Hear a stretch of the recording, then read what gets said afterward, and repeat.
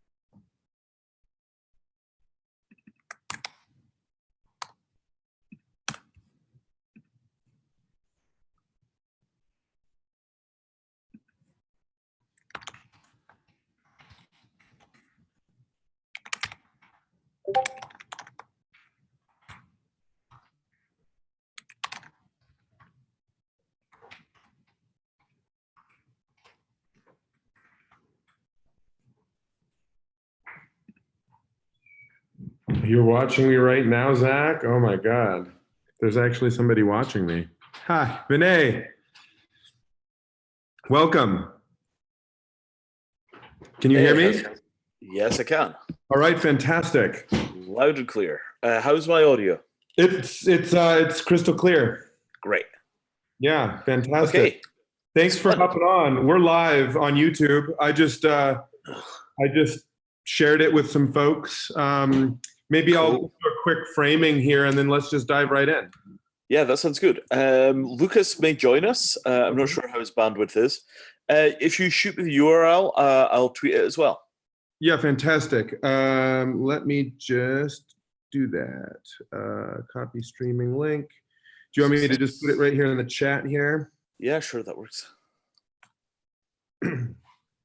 Fantastic. Cool. Well, while Vinay is tweeting the YouTube live link, I'll just do a little introduction. Welcome to this special edition of the Planetary Regeneration podcast. I pinged Vinay earlier this week or over the weekend because I've just, over the years I've respected his perspective and hard work for a long time on preparedness and just this sort of scenario of pandemic. And I really wanted to, talk with him and kind of get an understanding of, just how close to the edge of different collapse scenarios we're walking.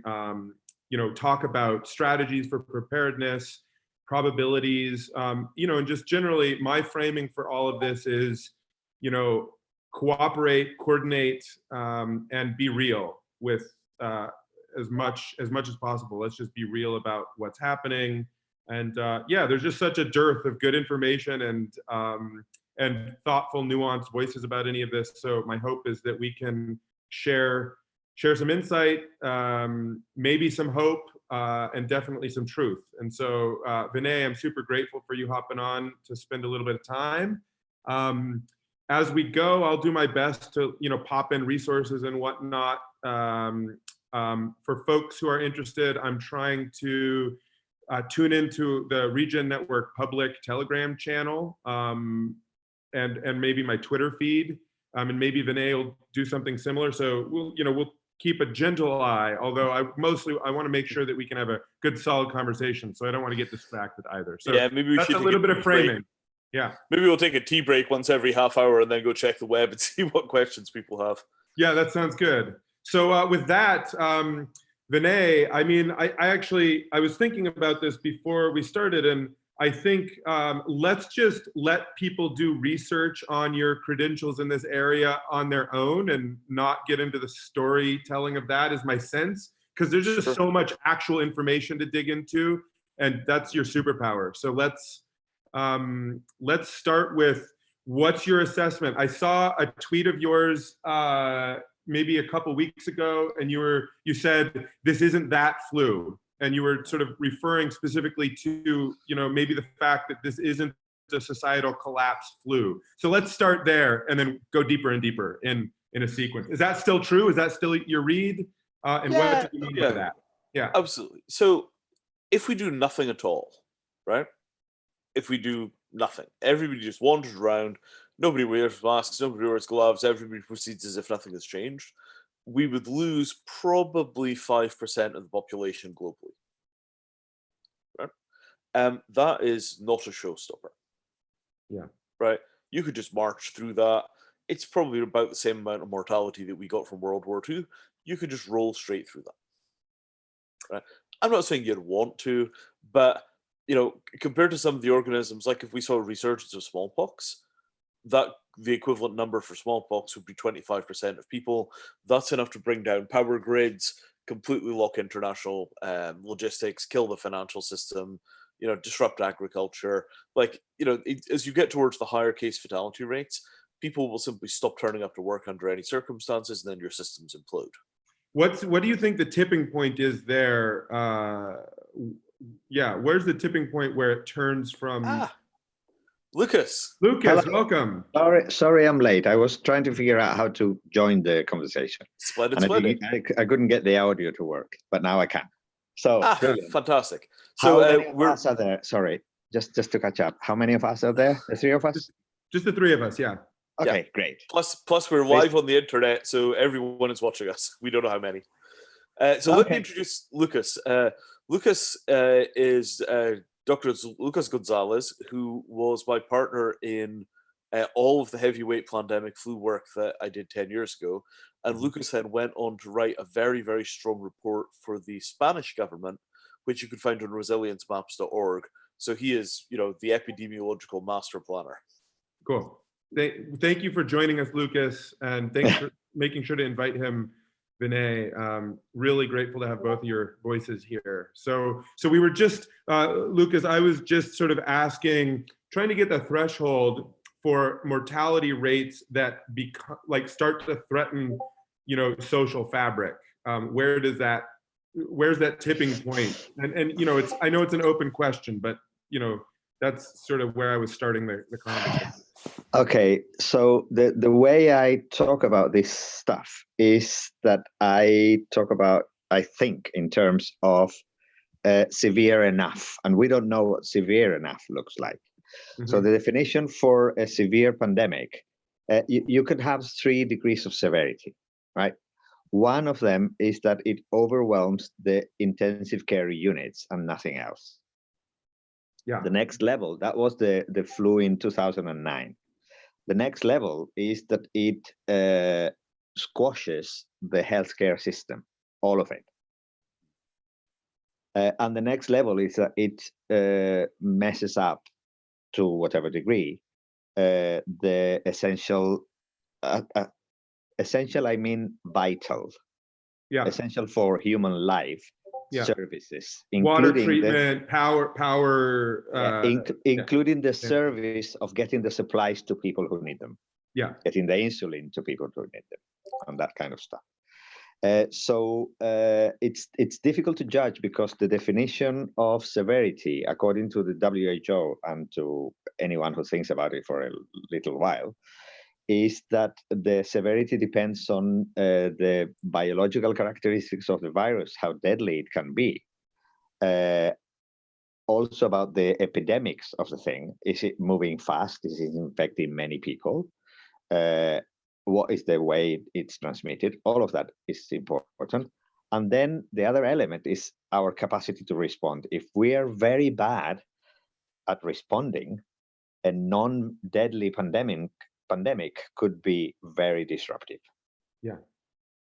So it's up to us. I mean, a tsunami could be horrible, but if we all run away from it, it will not kill anyone.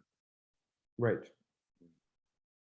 Yeah, definitely. So what's your sense? We can sort of see in real time different countries responding in different ways.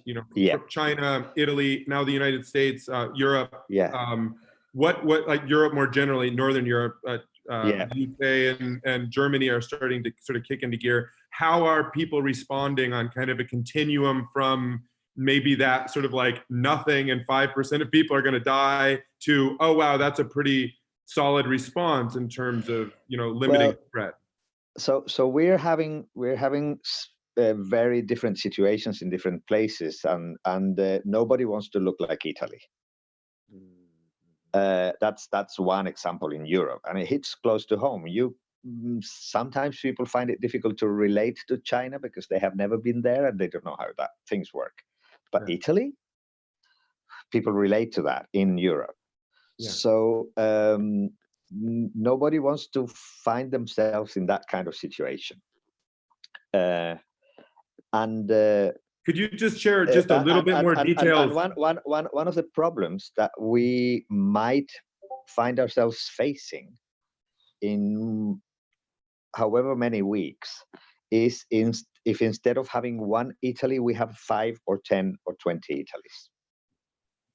Yeah. Because then many of the things that we take for granted that they work because a product or a service goes from country to country to country to country in a chain, the probability that that chain is going to be affected when you have 20 Italies is much bigger than if you have only one Italy. Yeah. And I'm saying Italy just because it's not their fault. I mean, it could be that some of it is their fault, but it could have happened to many other places. It's not personal. This is as impersonal as a broken bone. It can happen to anyone. Yeah. I mean, one of the things which is really kind of weird about the Italian situation is I wonder how much of it is just the habit of 3 kisses on the cheek when people meet. We don't know that. I honestly don't know that. There are cultural elements, weather, bad luck, people having taken a holiday to China and then coming back. It's really complicated. Yeah, absolutely. Yeah. And Yes. some of these things we will be able to hash them out later when it doesn't really matter. Right. Well, that's obviously, hindsight is 20/20, as they say. Yeah. But in real time, I'm always looking for heuristics, like just thresholds where, so you're saying sort of there would need to be 20 Italies, for instance, and I know that this is, maybe an order of magnitude sort of estimate, but there needs to be a number of countries that respond slowly enough that there's sort of spread as much as into Italy. temporary chaos. They Yeah. descend into temporary chaos, and it could be that what matters is not the number of countries, but the size, the population of the countries, or the position of the countries in terms of being in the middle of important supply chains or service chains. So what's your rating of how China did, as a key actor in the global economy, maybe setting aside maybe people being worried about human rights or totalitarian this or that, but just like how did they do in terms of stopping the spread of this disease and keeping vital, supply functioning going? Yeah, we may have knowledge or liking about the political system. I don't have knowledge, so I honestly don't have a very strong idea of that. But apparently, judging from the opinion of visitors who went and cross-interviewed thousands of people to try and make sense of what they had done, it was impressive. It's impressive that they managed to hold it in place for so long. And it's probably a function of the political system, the capacity for sacrifice of the people, or maybe the being used to being sacrificed, I don't know that.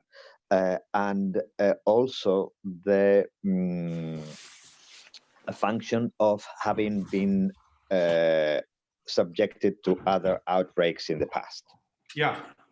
They have had avian bird flu, and they have had SARS, and they have had all this stuff. So all these countries that have had that kind of problems, they are at the forefront because they have suffered already. Yeah, I was reading, that similarly, Taiwan and Japan, sort of had some policy and infrastructure that they were able to sort of kick into gear, and we're seeing that sort of like spread curve get flattened significantly in those moments. Yeah. So what's your read on the U.S.? How are we doing? How much are we gambling here on?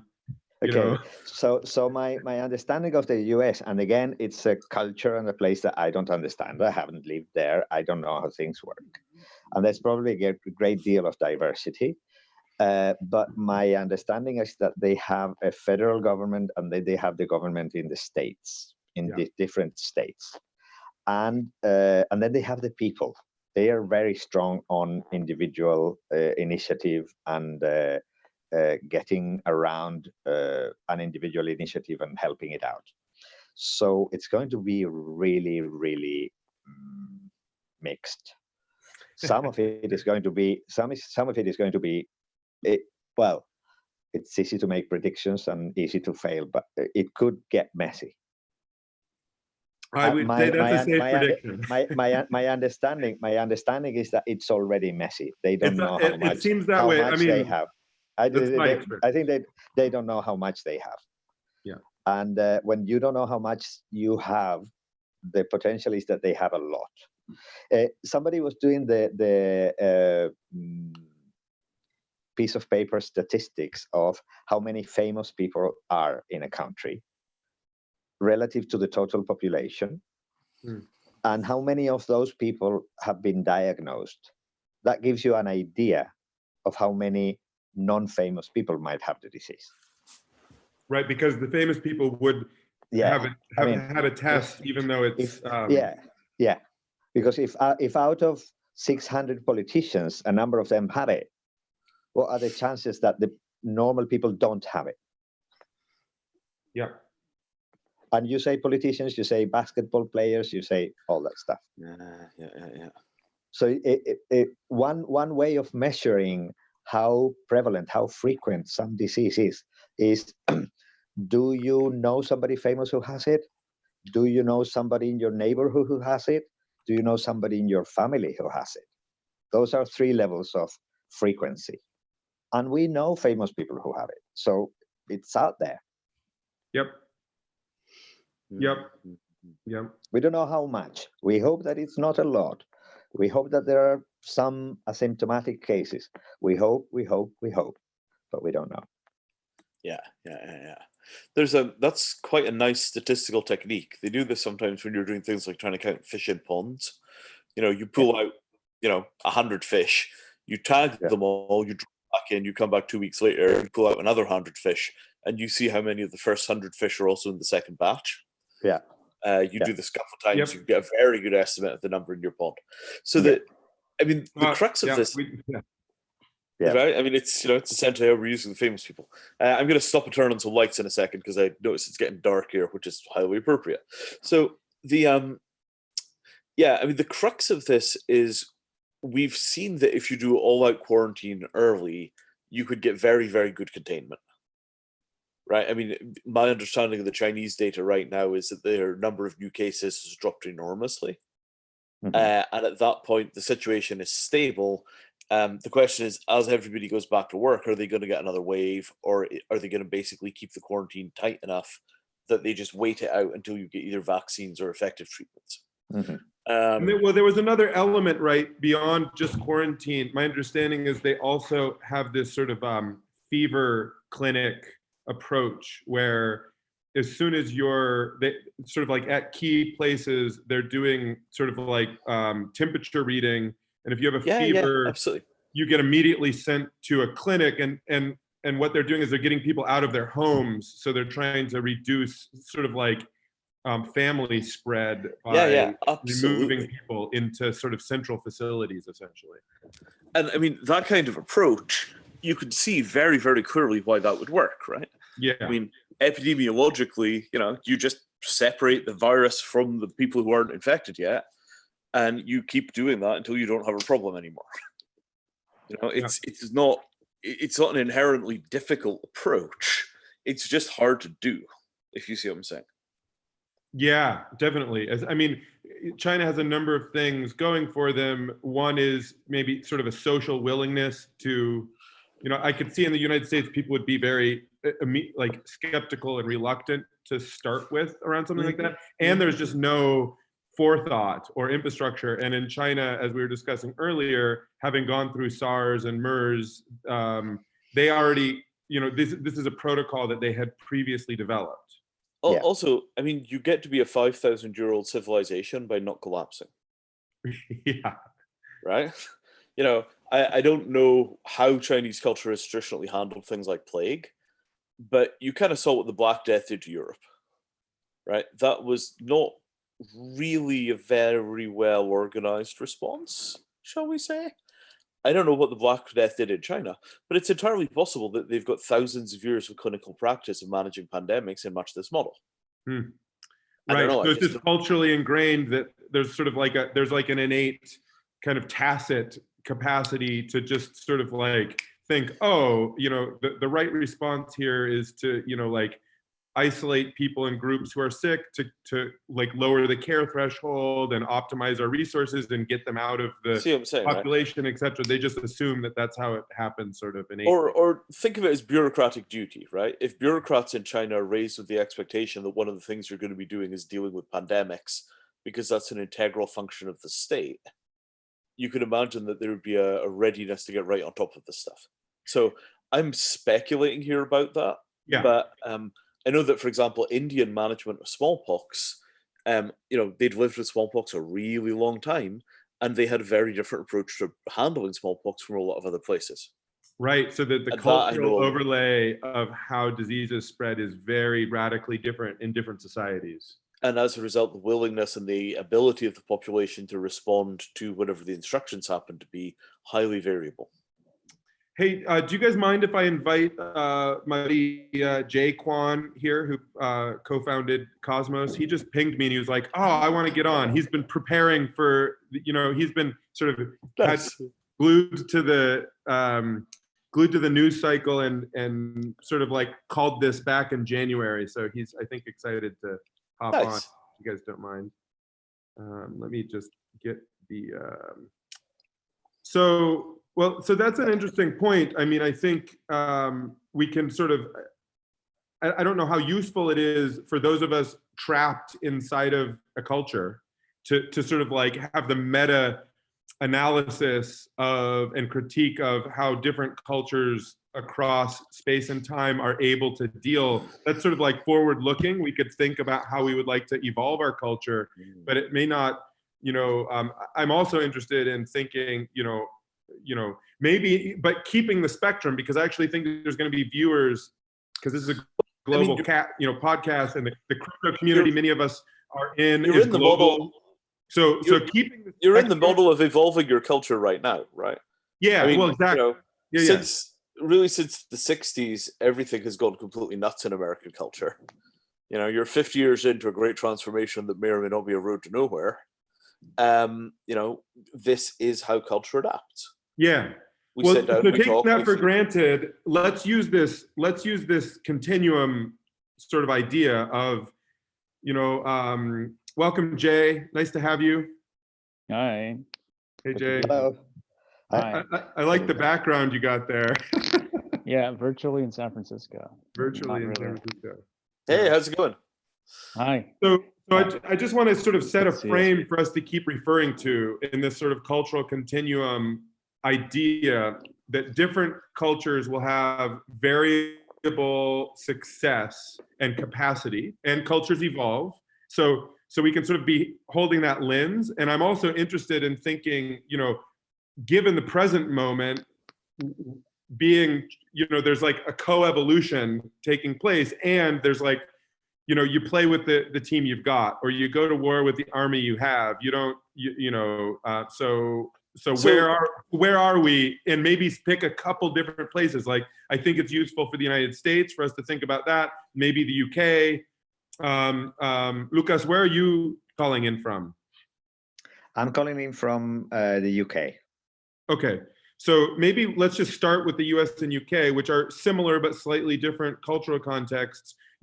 What does responsible individual response look like with the cultural and governmental pluses and minuses that we have? Well, I am more acquainted with the response that you would have in Spain, and that is not going very well at the moment. So culturally, my understanding is that we let the government act, and then we complain. Right. About how the government didn't act properly. Could be said that is part of our culture. I would love to be proved wrong, but I think that's what it is.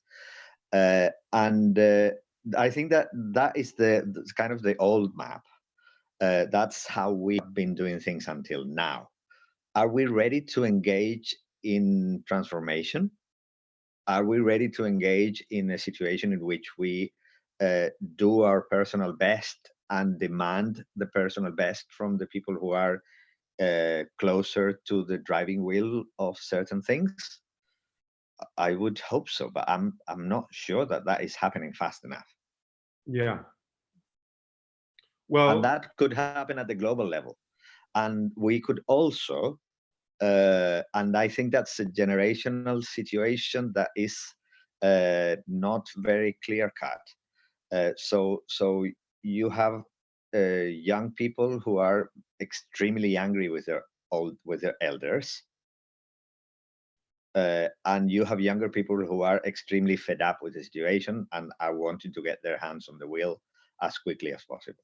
Yeah, I mean, there is definitely this overlay of, sort of this backlog of unmetabolized, sort of, it's just like a social debt of kind of mistakes and mistrust and and a demand for transformation that I think, my sense of things is I would lump Corona firmly into sort of like the global weirding umbrella, which includes, atmospheric carbon accumulation and global warming and other things that people are like have different responses to, but there's by and large, there's a lot of people who are just sort of fed up and pissed and scared. So it's sort of I mean, it's worth noting that America is in a collapse in exactly the same way that the Soviet Union was in a collapse in the early 1990s. Right? The Soviet collapse, you didn't see it in Moscow. What happened was that at the periphery, people just drank themselves to death in enormous numbers. And in America, it's opiates rather than alcohol. But, the point where your civilization begins to rapidly dropping life expectancy numbers, that's the point where you've entered a collapse, almost definitionally. So you have an ongoing American collapse condition, or at least a steep decline. And then on top of that, you get a series of shocks. And here one is, And well, they closed the stock market for the first time since 1931 or something, 1929. So that's a kind of like, that should be an indicator. Like, wow, okay, that's an unprecedented thing which just happened. Okay, we're really in trouble here. No, I mean, my sense is we're in 100-year shock right now for sure. Like, if you think of cycles like that, we're in, and maybe even bigger than that, but it's hard to say. But the flu is not the major trigger here, right? That's coronavirus is a minor factor in the American instability. Well, maybe it's the straw that broke the camel's back, so to speak. There's a lot of desire in America for people, to have their culture radically change. And a lot of people look at any incoming systemic stress as like, now we're going to get that cultural change we've been promised since the 60s. Right? I remember 2008 during the financial collapse, everybody's running around like, yeah, it's the reinvention of capitalism. Everything's going to be great. Nothing changes, right? So, you got to remember that this is just a very, very bad bug. It is not the ticket to the new age. I feel like the two black swans analogy is perfect. And we didn't even see that coming, but we knew one was coming. And that's what crypto's for. I think this is a good opportunity to demonstrate our ability to help the situation. And I think we can even, I bet crypto can get to the point where we can convince the Treasury to buy some crypto to support initiatives to help the situation. Such as, what we need right now is like a localized, transparent directory of sanitizer and mask production, as well as oxygen concentrators and hospital beds, right? Put all of that on the blockchain locally. There should be a community effort to create a blockchain Craigslist, all the shit. Why does it need to be blockchain in this instance? Because people are fed up with lies and censorship, and they see it daily. And they've seen it on Reddit and Twitter, and Facebook. They don't trust them anymore. So what you're saying, Jay, is if it was a public ledger, there is the ability for all of the users to essentially audit and sort of like make attestations that confirm the truth of what's said. And whereas if it was sort of some central database, that isn't necessarily true. Right. It's like it's pretty clear that you can't rely on the central government, the federal one, right now, for anything, because both China and the United States. But wait. But in both China and the United States central have government. censored. No, you're sorry. They have both in China, censored. The central government did a magnificent job of containing the virus. Yeah, they but did great work. If you'll let me finish, I just want to finish a point. It's that initially they both, China censored and the US was slow to respond. This is Sure. just the truth. And Right, the no, reason why I it got to understand this point, excuse me, the reason why it got to this point is because of censorship. No, that's not true at all. Like, come on, Mm. man. Look, you're talking to two people with serious epidemiological experience, and my first year being paid 100% in cryptocurrency was 1999, right? I've really thought about this stuff. This is not an opportunity to take your political axe and grind it on the convenient surface of a fucking pandemic. Show No, some fucking respect you're for trying the to people that shame are me going to die because because of this thing. it appears that you are trying to censor me with shame. No, but the you're fact, just being stupid. Look at Jesus you. fucking Christ. Amazing. Dude, I launched Ethereum. I was the project manager for the Ethereum launch. I've worked on crypto stuff for 20 years. I wrote software to start screwing with governments in 1997. You haven't And even you don't asked me see- what I know. And I mean, you like, don't see me rolling out some hippy-dippy goddamn plan for how we're going to use crypto to fix mask supply. This is why not are you so about pissed censorship. off? Because people will Why? die if this kind of stupidity takes root.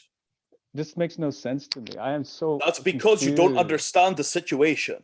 Oh yeah. This doesn't make Dude, sense to you because you I was don't the get first this. to tell the world. You can see the CoinDesk article that points out that I'm trying to make a big deal of this because back when, before anyone thought this was going to be a big deal, I fucking predicted it before you did. So what are you so pissed off at me for, man? Because the solutions that you're proposing are going to get people killed. Why? I'm telling you that one of the reasons why this got so big in the first place was because it was hidden. And I'm telling you So- that what we need is not to rely on central government, but to put things in a transparent ledger and take things to a more local level, as the states have by declaring their own emergencies, for example. Every community and person should take this into their own hands. Yes, please. Okay. Can I say something? Yeah, please, Lucas. Okay. So my understanding of epidemics and epidemiology suggests that this is actually a wicked problem. And it's a problem, it's an equation with many, many components and many, many factors. And when we look at how to stop flu, the idea that was most clear to me was that when you wanted to prevent flu, nothing worked well enough. So you had to use many things at the same time. So it's a bit like having a raincoat with holes, that you need to have several raincoats like that if you want to be truly protected from the rain. So any single individual solution that is suggested is probably going to be not enough. So my understanding is that I would rather shift the conversation into what other things could we add to this? How are we going to do this? We're finding ourselves in a situation similar to having one narrow door with 3 people wanting to go out and 3 people wanting to go in. And the question is, how are we going to do this? We know we're going to do it. Are we going to do it in a friendly way, everybody cooperating, everybody adding what they can? Or are we going to fight each other to death and then we die more from aggression than from the pandemic itself?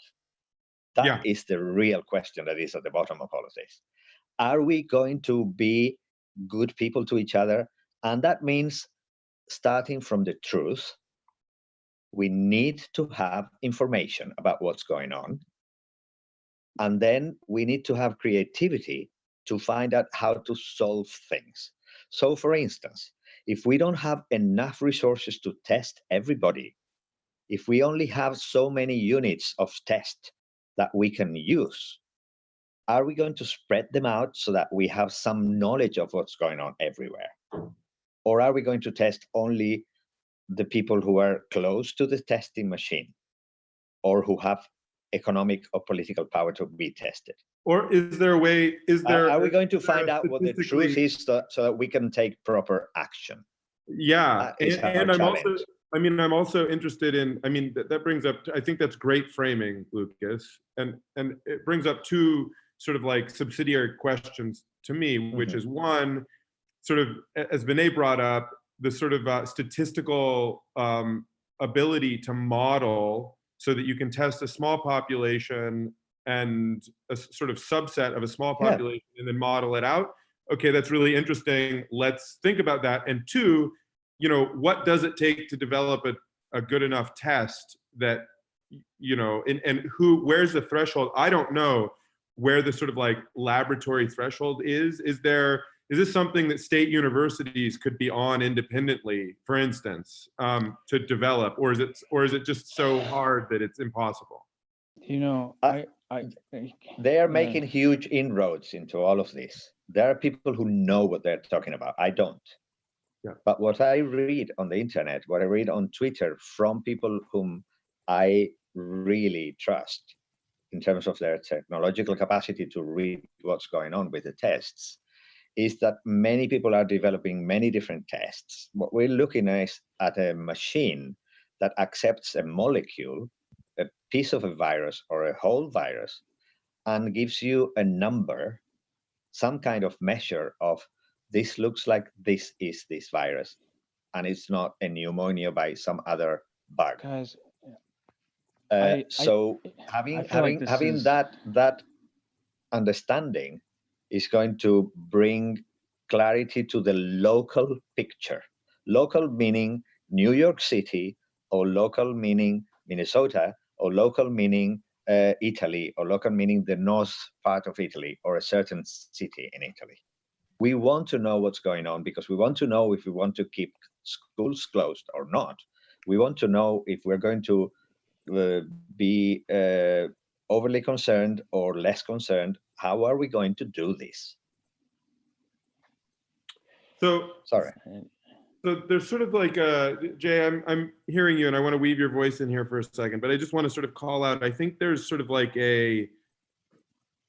I don't know what the right mental model is to hold this, but there's sort of a, you know, like the exchange between Vinay and Jay just a second ago was, you know, I think an important one, maybe to go another layer deeper in a civil, organized, ordered way, because I think how we respond, not that you guys weren't civil, but, you know, just, yeah. Because I think there is this need to grapple with sort of institutional distrust, while with the need of social coordination, with the need to be like excellent to each other as humans so that we can coordinate sane responses, right? And we have to hold all of those three things simultaneously and like direct energy appropriate to what's going to be really, truly, deeply effective, while also perhaps not squashing things that are less effective. No, that's a horrible error, right? Well, this is where I want to, let me dig into this, because let me just very quickly frame this, right? Is the error to not... Everybody's running to their favorite brand of bullshit, thinking that they can fix the problem with their favorite brand of bullshit. Hey, sorry. Right? Can I? So the Christians, please. Thank you. Thank you. Excuse me. I really must say something. Really, this is really important, and I don't care if you guys censor me after I say it. But my point is this. Okay, I called this out before it was going to be a pandemic. I said it was going to be, and I'm stating the same thing now. The tests don't matter as much because it spreads before you show symptoms. So the point is, it's going to affect most of people anyways.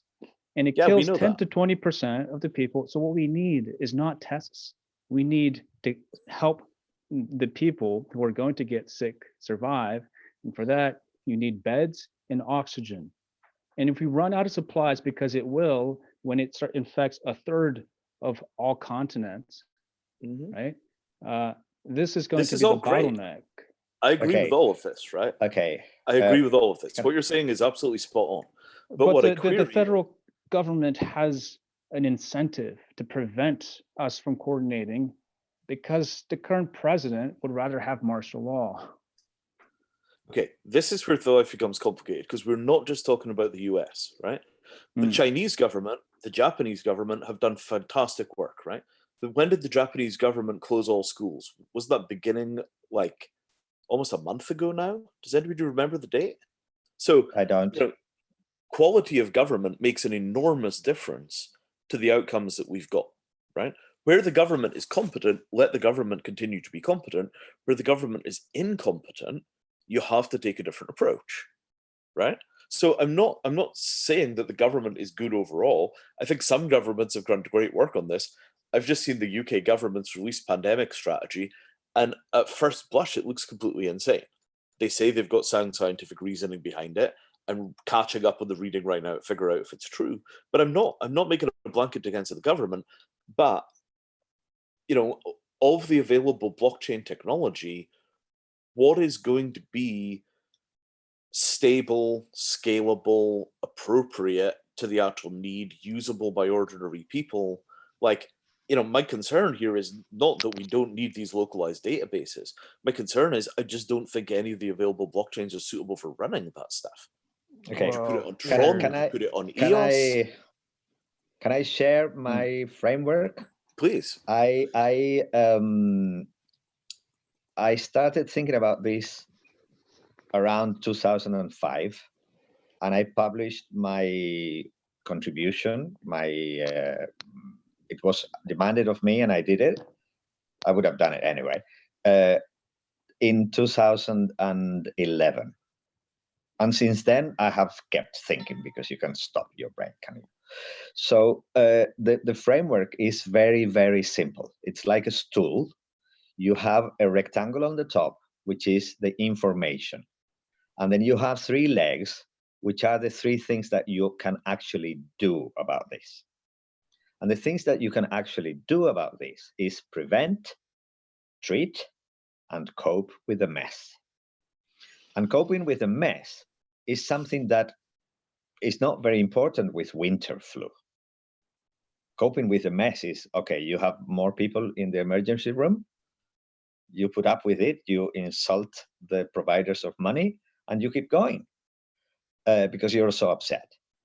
But in this kind of situation, the coping is going to be significant. It's going to be a big part of it. So when you introduce a measure to try and slow down the transmission, such as closing schools, etc., you find yourself having to cope with that. So the question that people have is, okay, public health has closed schools. Now what? How do I cope with this? How do I take care of my parents and my children at the same time? And how do I feed my family when I cannot go to work? And my work was a small business selling sandwiches in the corner. And there's complexity there. This is going to be challenging, to say the least. I read that those actions. Just allow me to finish rounding this off. These challenges are challenges in terms of actions, of the only actions that we can take, which is prevent, treat, and cope. And all the other layers of information are going to help us to do all those actions.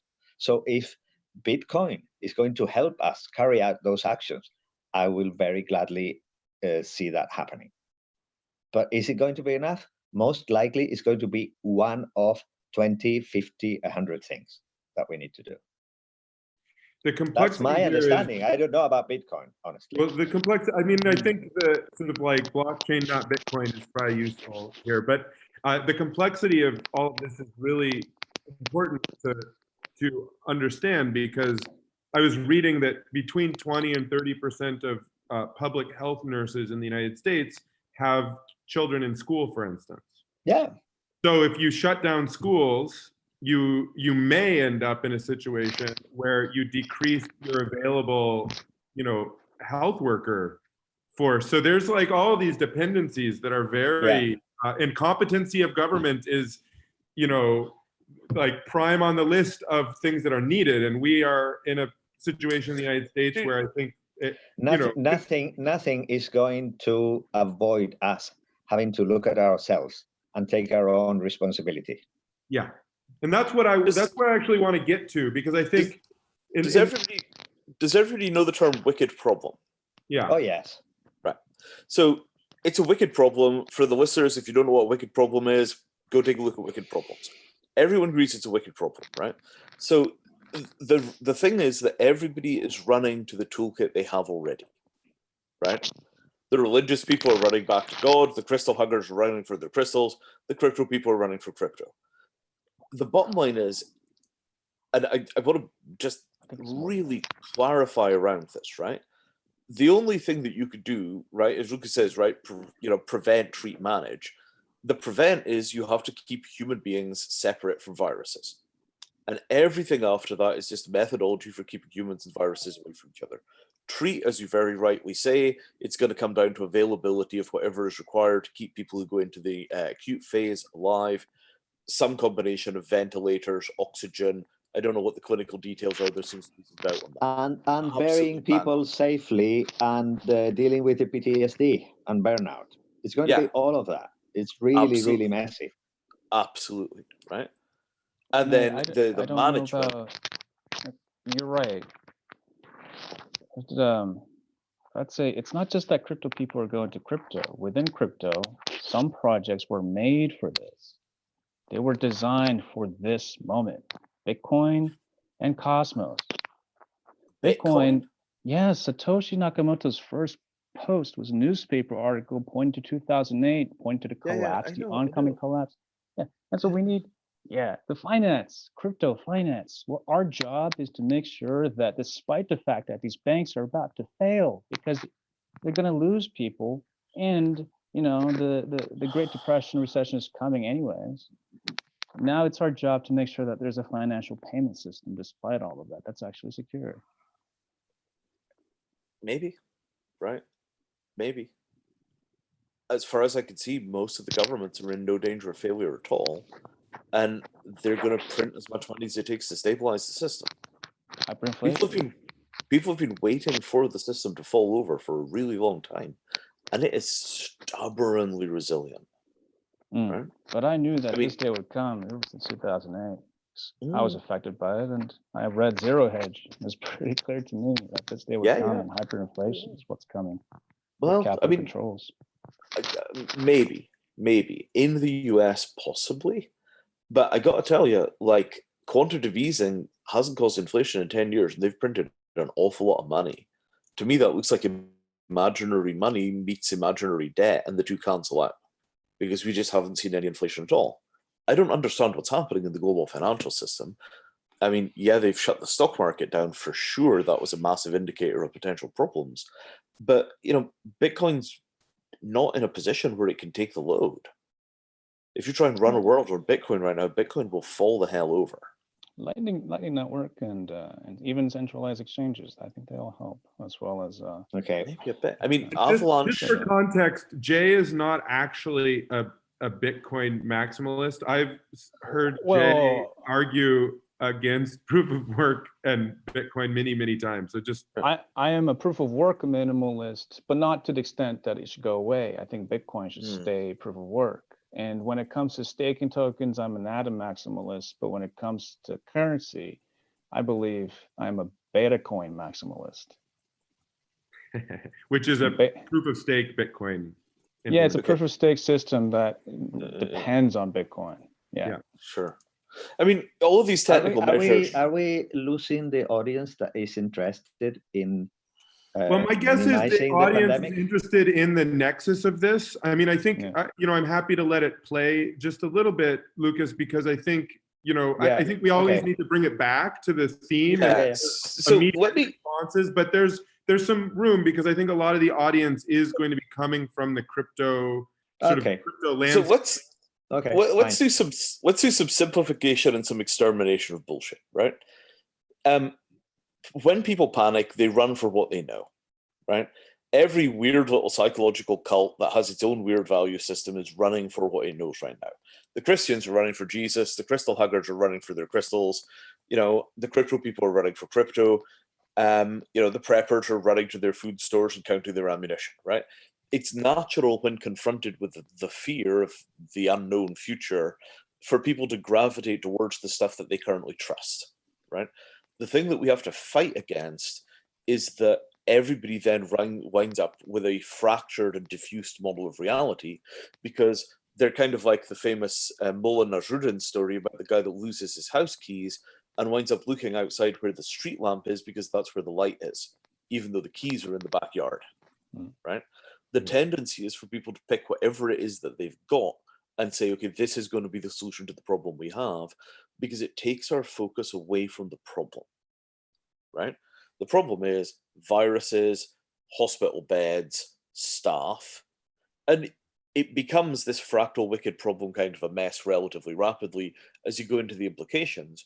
But it's important that we start with the correct top level analysis, because if you've got the correct top level analysis, you could take all these fractured aspects of worldview and you could reconnect them back to the mothership, which is, as Lucas says, right, prevent, treat, manage. Right? Here's our prevention layer, here's our treatment layer, here's our management layer. We take all of these disparate models, different approaches, different communities with their different resources and expertise, and we slot them in. But what we have to do is keep people's attention on the goddamn problem rather than on whatever their current pet solution happens to be. Because if we operate in problem space, everybody speaks the same language when they come to communicate with each other. But if we operate in solution space, everybody operates in a different language. Okay. Right? Because the problem exists in objective reality and is factual, assuming you could get good data, whereas the solutions are almost entirely hypothetical until they're tested. And if we don't get that right very early on and keep people's attention very firmly on the damn problems, this thing is going to slide out from under us culturally, and we're going to wind up with 500 balkanized communities talking unintelligibly to each other. Which may be unavoidable. It's unavoidable to a degree, but It can be minimized. If you've got rats in your kitchen, the rat is an objective fact. In that 500 balkanized communities, how do you have finance? You need finance and still money. But I guess the point is, I think the main question we should be answering is just really quickly, is this going to be something that infects most people or not?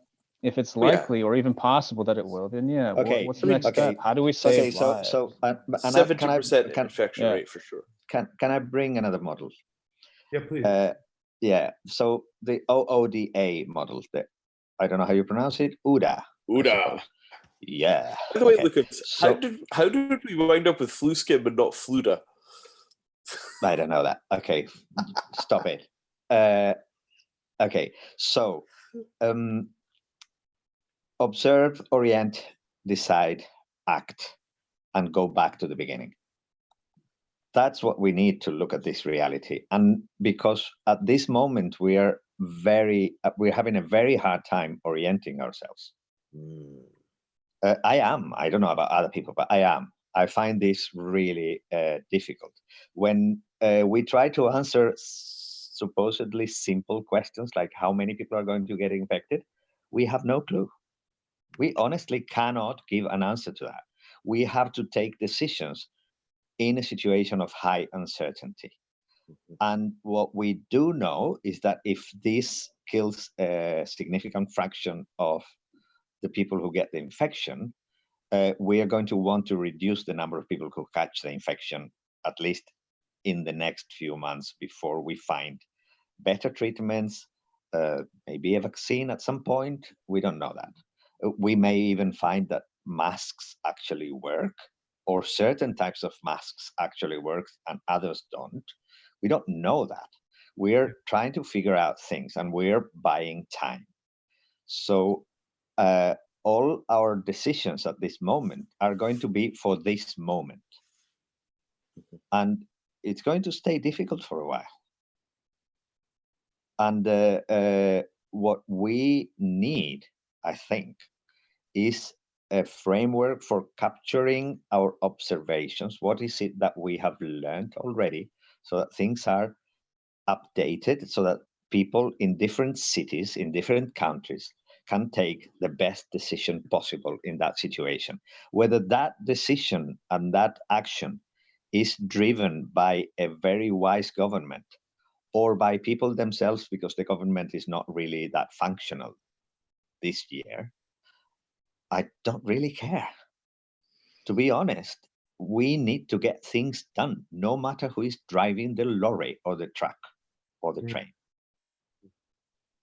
That's my understanding. I don't know, because I am very concerned with the actual problem. Are we going to have many deaths from this virus? Are we going to have deaths from disruption? Those are the two key questions. Yeah. And so here we've got a set of approaches, right? I mean, there's no doubt, as far as I can tell, that containment has been effective in China. I do hear your points about, there was a bunch of initial censorship of doctors in China that were reporting the problem. All that is true, right? Yeah. But nonetheless, once the Chinese government got on top of it, seems to be effective. Japan, distinctly different case trajectories. There was one other country that had a really good curve. I can't remember who it was. Like Taiwan appears to have a really good. Taiwan, Singapore, maybe Singapore as well. Yeah. Yeah. So Singapore is a tiny place. In the places where you've got highly functional governments, it turns out you can organize pretty good response, right? I would say that in the US, quality of government is pretty patchy. Okay, whatever. I don't know. So what do we do about that, right? That's where I would like to sort of center the conversation, and I think I want to sort of take a step back and recognize, as Lucas was saying, there's going to be a set of 100 interlocking strategies, but as Vinay is saying, they need to be coordinated and pretty disciplined and focused on the problem. And there may be things that are, from what I would like to take away from this conversation is how I, a citizen of a small town in the United States, can most effectively support the public health infrastructure in my community, and most, effectively behave as in like a pro-social way, not in an antisocial way, and how I can help, help also communicate and coordinate with other people that I have relationships with, so that there's like a critical mass of people who are level-headed and sane, and so that we can do our best in our little part of things to just sort of like, prevent, treat, and cope, or let the people who are doing those things do it and stay the fuck out of the way, or whatever it is that is the appropriate response. I'm also interested at another level of, like Vinay, you were pointing out, everybody, I would throw my lot in with the people who, I'm not old enough to literally be waiting since the 60s for change, but like I want to evolve our culture to make more sense as it relates to, a bunch of different levels of interaction. Our economic relationship with ecology, our societal relationship with governance, all these things I'm highly motivated around. And so I also look at this as an opportunity, not so much to take advantage of the situation, but I always say, out cooperate the competition. Those of us who are willing to throw in and work really hard and roll our sleeves up will have the ability to start to set a new set of patterns, maybe. Yeah, the maybe is important. Are you familiar with the term, boomer remover? Yeah. Right? Right. So, the generational split, the open wound in America between the old and the young, has just cracked wide open because the young suddenly have the advantage again. Because something is coming through that hardly affects them and kills maybe 15% of the older generation. And they're absolutely explicit, like, okay, you fucked us on education, you fucked us on healthcare, you fucked us on minimum wage, and we're gonna fuck you on flu. Yeah, I don't know how. There are a few vocal. I'm not clear about how much. I mean, I can resonate with the woundedness, but I don't actually think that that's a dominant perspective amongst Gen X or millennials necessarily. No, I mean, Gen X are basically at this point practically boomers, right? I mean, a lot of Gen X are in the demographic bracket where they could actually die of this thing, Hmm. right? You know, I mean, Gen X now goes up to people in their 50s. Yeah, that's true. Right? You know, Gen X is no longer young people. Gen X now really means middle-aged. So, you know, everybody wants this kind of, you know, coordinated village scale hippie utopia thing, right? We keep grasping for this thing because there's an instinctive human desire to build something that looks like that. And it's an imprint left over from the days of tribalism, right? There is absolutely no guarantee that it fits the problem that we've got on our hands any better than, you know, people feel better when they sleep in dark rooms or they, you know, like dogs and cats. It's an ethological impulse. And I've watched 70 years of people destroy their lives trying to build communities in an environment that actually doesn't economically support them, in a position where they've lost most of the cultural skills required to make them operate. Right? Community is like this rock that generation after generation after generation of people throw themselves at, break themselves on, and get practically nothing out the other side of it.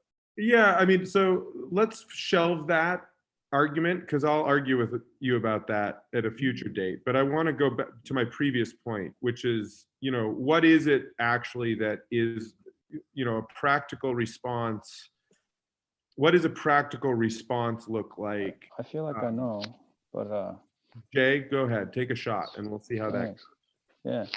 So look, I don't want to sell just my project, but I want to sell an idea that the way to solve this is to make possible permissionless coordination, leveraging transparency Okay, that's on a like high bandwidth. one useful thing, right? Okay, great. It's one useful thing. There are 50 other Wait, things we talked Yeah, about. but it's the very top. It's the very top in the genesis of how to coordinate. And admitting that you cannot rely on any authority to provide this for you, but that everyone must do one of two things. Okay, look. Define the thing this is that already can I exists. say Why are you something? guys like? I just want Look, to finish this. look, I haven't even had enough. 2 minutes. Just let me finish. Enough. Okay. Look, Hold up. seriously, enough. Moderator. Enough. Vinay, Right? Let's give him another minute. This is not a place to shill some goddamn fucking crypto project. If you told me we were going to come here to talk about shilling some fucking crypto project, is there any way that I would have turned up to do this? No, I haven't even heard me. Right, it's not what we're trying to do. And right. And like in the large conversation, let's let Jay, you know, sort of like try to complete his thought, and then, you know, and then everybody can judge if it feels shilly or not, whatever, and we can move on to other details. That's fine. Thank you. Yeah, it's really simple. Just 1 minute. I don't even need that. Really simple. The idea is this: it doesn't matter what blockchain you use, as long as it's Byzantine fault tolerant, accountable, and you use it as a store, a transparent store of data. The idea is that you use transparency as a tool to help coordinate from the top, and you create conventions and to create new structures, and everyone can participate together in an open ecosystem. We need to see and incentivize more of this. Doesn't matter if it's on Cosmos, Bitcoin, or whatever, because it doesn't matter. It's just a data store. What matters is building the tools on top of it that interpret it. Then we can create supply chains, actual publicly, usable supply chain registries that show where you need to connect the dots to create masks and oxygen concentrators, and where the beds are, and where you can offer your own bed for the hospital. You don't have to rely on Airbnb. Everyone can participate in permissionlessly creating a registry.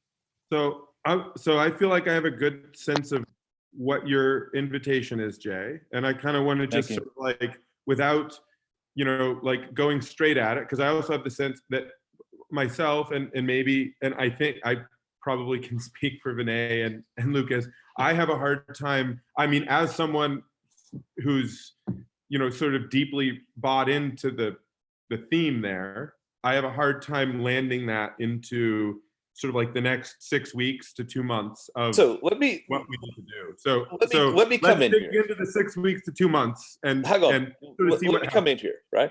Great. There is an absolutely valid point, right? We have needed large-scale software for coordination of disaster response that was decentralized and objectively shareable. The first time I saw people talking about that as a requirement was 15 or 16 years ago, and it was a group of people at the Department of Defense that wanted that software to exist, right? It needs to happen. There's no doubt at all that something like that is useful, right? The problem is this: crypto is not anything like mature enough to take that load right now. Well, it may or may not be. Let's Well, actually. that's No, where you're. I wait, disagree hang with on. you. Look, actual goddamn technical expertise in both Fluent and crypto. I would not trust our ability to get people on to some kind of new decentralized software platform for asset mapping within the scope of this crisis. I would agree. I am all about building stuff along those kind of lines. I think that should happen afterwards for goddamn sure. The need will be apparent.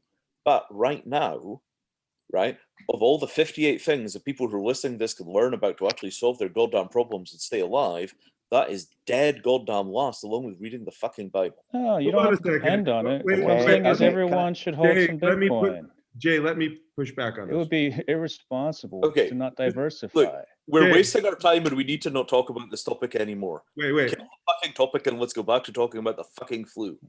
Okay. Jay, let me take a crack at this. So No, guys, this is wasting my time, right? I'm literally going to leave this thing if we don't Here, drop this. I will topic in leave. 30 I will seconds. leave myself. Thank you. It's been a Okay. pleasure. I heard what you had to say. I think you're basically right. I think the timing sucks.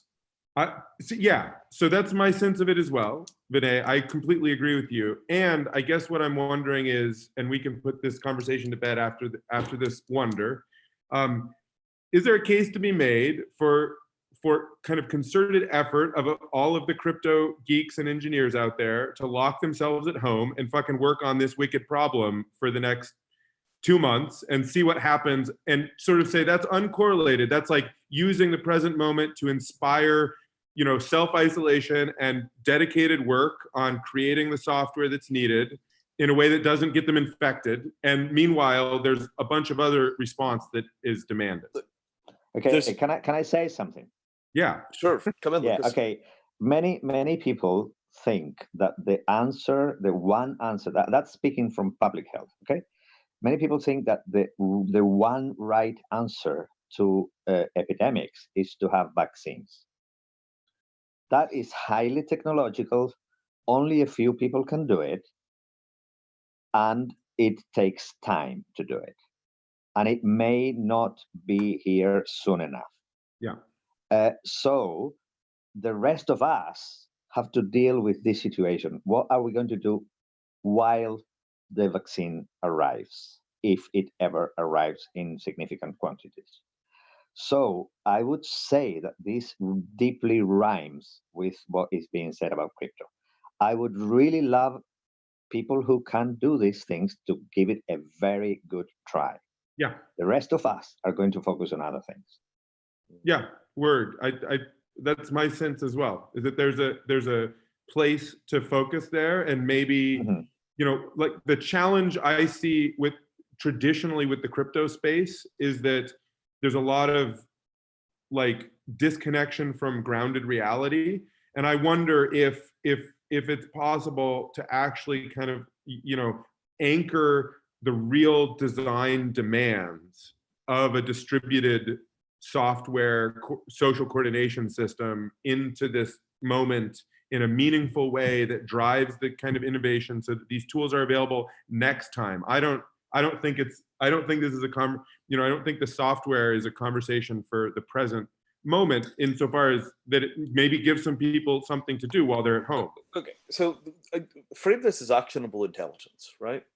Yeah. What people need right now is actionable intelligence. They need to get oriented to the problem. So what I was saying about orienting in problem space rather than orienting in solution space is incredibly important, right?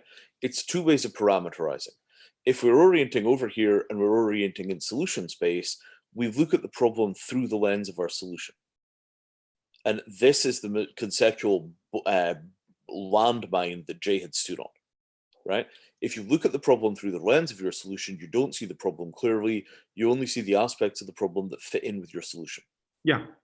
Right. So the problem with rolling out new software into a pandemic is getting anybody to use the fucking thing. Yeah, totally. Right? I mean, and I don't know if Jay was or wasn't suggesting I don't know. I don't. know if he was or wasn't suggesting. What But he's talking about is can we very- move on? let's move on. hang on. Yeah. So problem space versus right. Problem space is objective. Here is the flu. Here are the symptoms. Here's the prognosis. Here's where you need healthcare workers. You get a really solid grip, and then everybody winds up speaking the same language. If somebody comes in with a bunch of ideas about how to use crypto to solve the problem, Can we move on? yeah, we're moving. But they're Point operating taken. in solution space, you don't get it to work. If they're in problem space, you do. Yeah. Right. This has to be the bedrock of building these collaborative structures. You need ontological certainty at the heart of your collaboration framework. Right? Without the ontological certainty, which is basically epidemiological certainty, you cannot get diverse groups to cooperate because everybody looks at the problem through the lens of their solution, and it's like the blind man and the elephant. Right? The only part of this that is fully objective is the virus. Everything else, cultural. Does that make sense? It makes perfect sense to me. Right. So building that fundamental platform of epidemiological certainty, this is the objective situation we're in. This is how you get everybody into a corporation space. Yeah. Right. And you play with the team you've got. So we're not. Yeah. So let's drill in again, Lucas. I'd love to hand it over to you. Like, take us into the next phase of this conversation in a way that feels meaningful for you and maybe serves listeners to know what the fuck is going on. Okay, so my understanding of this is it's partial understanding. I don't have the full picture at all, even though I try like everybody else. And the understanding is that we are facing a situation in which we have a virus that is capable of endangering the lives of older people, and to a lesser extent, the lives of less old people. Yeah. We have that. And we have a virus that is creating a big pressure onto the healthcare systems of that fraction of countries that have healthcare systems. Yeah. We're talking about a global problem here. Yeah. I don't want to know, well, I do, but I don't really want to think too deeply about what might be going on in Syria or in Kenya or other places. This is a big problem, and it belongs to all of us. And we're only going to be doing whatever it is that we can do from our corner. Yeah. And my understanding is that if we develop the tools in the places where they can be developed to achieve the best possible reduction of contagion and the best possible treatment of those who happen to fall ill, and the best reduction of the problems associated with the diseases itself and with our handling of the crisis, then we're going to be able to look at it from the other end and say, oh, we did our best. And we did our best means that if this virological tsunami is able to kill, I don't know, however many millions of people, we could end up having twice as many deaths because we did it wrong. Yeah. Or we could have 1/10 of the deaths because we did it very, very well. Yeah. That's what we are looking at. Yeah. And we can see That's this where the focus differentiation. is. That's right. That's We can where see the this focus is. we can see need this to, differentiation right now between Italy and Japan. yeah. You know, And it's one of the very things clear.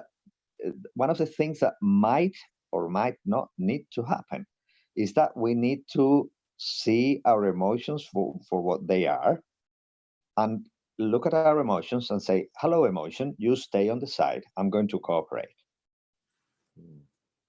So I think And that that's it's my idealistic self. I'm sorry, but that's how it is.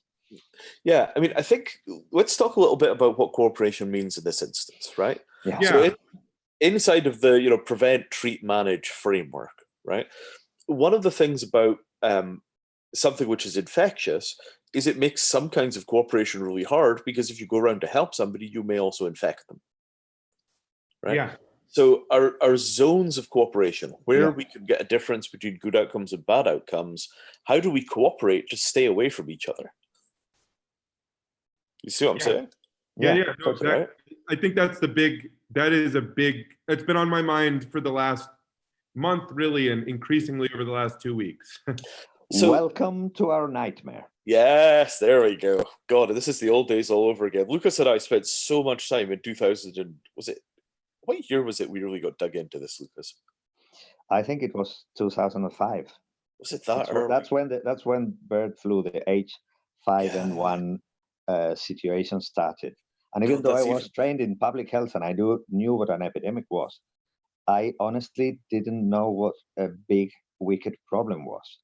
And I remember it was a couple of years after the tsunami, big tsunami, and people were using the Wikipedia to organize around that Mhm. and to collect phone numbers for giving donations and all sorts of stuff. So I went to the Wikipedia and I looked at the H5N1 page and I changed it. And I said, there could be a pandemic from this. The next day I went and it had been removed. My edit had been undone. And the comment from the editor was, we don't accept rumors, put a link. So I put a link to the WHO page that said that this could develop into a pandemic, and then that was accepted. So then I went to ProMed Mail, which is a program for monitoring emerging diseases. This is one emerging disease among others, but it's just respiratory, and it can be brutal. So I looked at that, and I went to ProMed Mail, and I said, look, people are going to access the Wikipedia before they access your specialized information. So let's educate the Wikipedia so that people will learn from that quickly. Yeah. When I did that publicly, and I got picked up by Casio, and then somebody contacted me, and FluWiki was being created. They had been looking at it for some time, and I was one of the thousands of people who got into that game. And I learned what it was to look at public health from the perspective of somebody who is not a public health professional, which was highly educational. What I found was that governments and people with good intention in the position to give advice to other people, such as public health people, sometimes drop a rope that is 60 meters long, but the cliff is 100 meters. Yeah. You are saying, okay, we're going to close schools. And people are looking at you, puzzled, and they say, and now what? Yeah. So that is coping. And that is where we need to introduce the word facilitation, making things easy. We need to make things easy. We need to make good things easy for everybody. We need to help people not go to work if they have to stay at home. We need to help people do childcare properly. We need to care for our neighbors. We need, if we're in a position of being in a government, any kind of government, local, national, regional, whatever, we need to provide tools so that neighbors will take care of neighbors. Yeah. We need to do the shopping for the old. Yeah. I was thinking And about we that need today. to facilitate that. So I think let's Crypto talk about or this. no crypto, or vaccine or no vaccine. So Lucas, let's talk a little about the specifics here, right? Okay. So things that we've talked about in the past that are probably relevant. Some categories of people are very dependent on hard to get hold of drugs to stay alive. Insulin dependent diabetics are right up at the top of that list because there are a lot of them, and insulin requires a lot of care. And in some cases, it's young people, so the number of potential years of life that we lose is higher than if somebody dies in their 90s.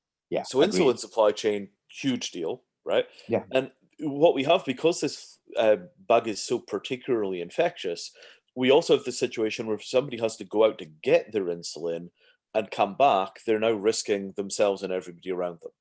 So getting a supply chain working for delivering food is pretty easy. We already have good supply chains for food. But getting a relatively safe delivery mechanism for pharmaceuticals, like that to me looks like an American-shaped, American-sized problem, right? I think that that's going to be a real problem in the States. And the idea that, you know, smoothing out all the crap that you need to do so people can pick up the drugs at the pharmacy and then deliver them to people, and we can just make sure that the prescriptions are filled. Like, I think that's probably a substantial thing that will cause a lot of inconvenience and potentially infection in America. And I don't know whether the federal government is going to make a mandate to fix that. I don't know whether state governments are going to fix it. But these are the kinds of things that I think your listeners ought to be thinking about. Like, that's an achievable problem. You could get hold of that. There's even a crypto angle to that problem. How do we know that everybody involved Why is telling not? you? Absolutely fine. But it's not, you know, it's not the solution to the entire thing. Yeah. Lucas, what are the other greatest hits that are things that people ought to be worrying about here? So when we talk about contact reduction, we're talking about contact reduction in different. So we're all human, but we are in different positions and we have different situations from each other.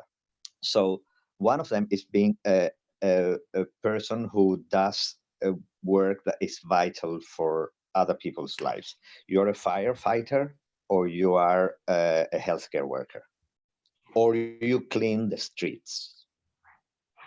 Okay, those people need to be protected extra. So if there is a diabetic that is also running the nuclear power station, I would rather give him my insulin if I had it. Yeah. Oh man, than have it myself. You've gone straight into the hard stuff now, Lucas. The trolley problem, Oh, you know, yeah. like at the grand scale. Triage. Well, triage and deep cooperation. Some of the things. So triage means that we only have one piece of cake for two mouths, and we're going to have to decide who gets it. I am much more in favor of trying something else first, which is design. We need to look at the problem. We need to look at the space of solutions. Now we're looking at the space of solutions, and we create something that's better than the first 2 or 3 solutions that come to mind, and then we act. Call it lateral thinking, call it divine inspiration. I don't know. Whatever works, but we need to have better ideas than the first ones if they are really not very good. Yeah. And it can be done. And what this flu wiki stuff, some ideas took lots of brain power to come out. And when they came out, we were surprised of how simple they were. Is there a Corona wiki yet? Oh, I wish. I so long for the times of flu wiki. I'm so old. Yeah, flu wiki was like a global think tank. It was really, really remarkable. Yeah. Really, really remarkable. So, but we have other ways to do that. We need, I don't know, a semantic space of hashtags. I don't know. Yep. I mean, the bottom line is somebody could establish, right, a pandemic wiki. 90% of the material will be good for any viral pandemic. Yeah. Right. It would be nice if it was attached to an institution that has the ability to keep it running. It's going to require quite a bit of investment to make it work. Firstly, because it will get a lot of traffic. Secondly, because it will get a lot of trolling. And thirdly, because it's going to require enormously strict policies to ensure that you don't have pseudoscience or drug company shilling. Or people suggesting that the one solution is 1 cubic meter of tuna and a box of ammunition on top of it. Yeah, I'm being serious. There are many ways to disrupt cooperation. But I mean, cooperation is not the answer in every case. Right? I know. because maintaining the supply chains, okay, that is a kind of cooperation, but it's still very much like just profit-driven activity continues to run as it always did. Like this is a particularly delicate thing because the coronavirus lands at a very difficult level of lethality. If it was substantially more lethal, then we'd be in a position where you could expect very serious supply chain failures, potentially grid infrastructure failures, and you wind up with like a really serious like end of the world type scenario. Which is possible but unlikely with the current. For this organism, I see very little evidence that it's going to go that way. Yeah. And because they've managed containment in places like China pretty effectively, there's very strong evidence that you can run a society with this virus around and not have the virus spread in it. It might be inconvenient as all hell, but unless the Chinese are lying through their teeth, nod to our friend, it does look like they have it under control reasonably well. On the other hand, if it was much less lethal, we'd be kind of casual about it. It's in this level where it's maybe half as bad as it could be before you would see really serious structural failure. So it's going to hit an awful lot of people, but it's below the threshold where things implode. But we can see excess mortality due to our difficulty in organizing ourselves.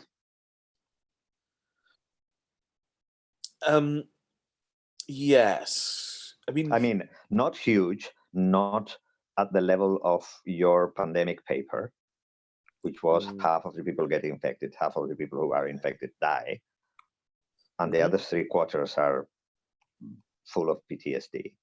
Yeah. So that's not that scenario at all. But I have ended up using the expression "bad enough."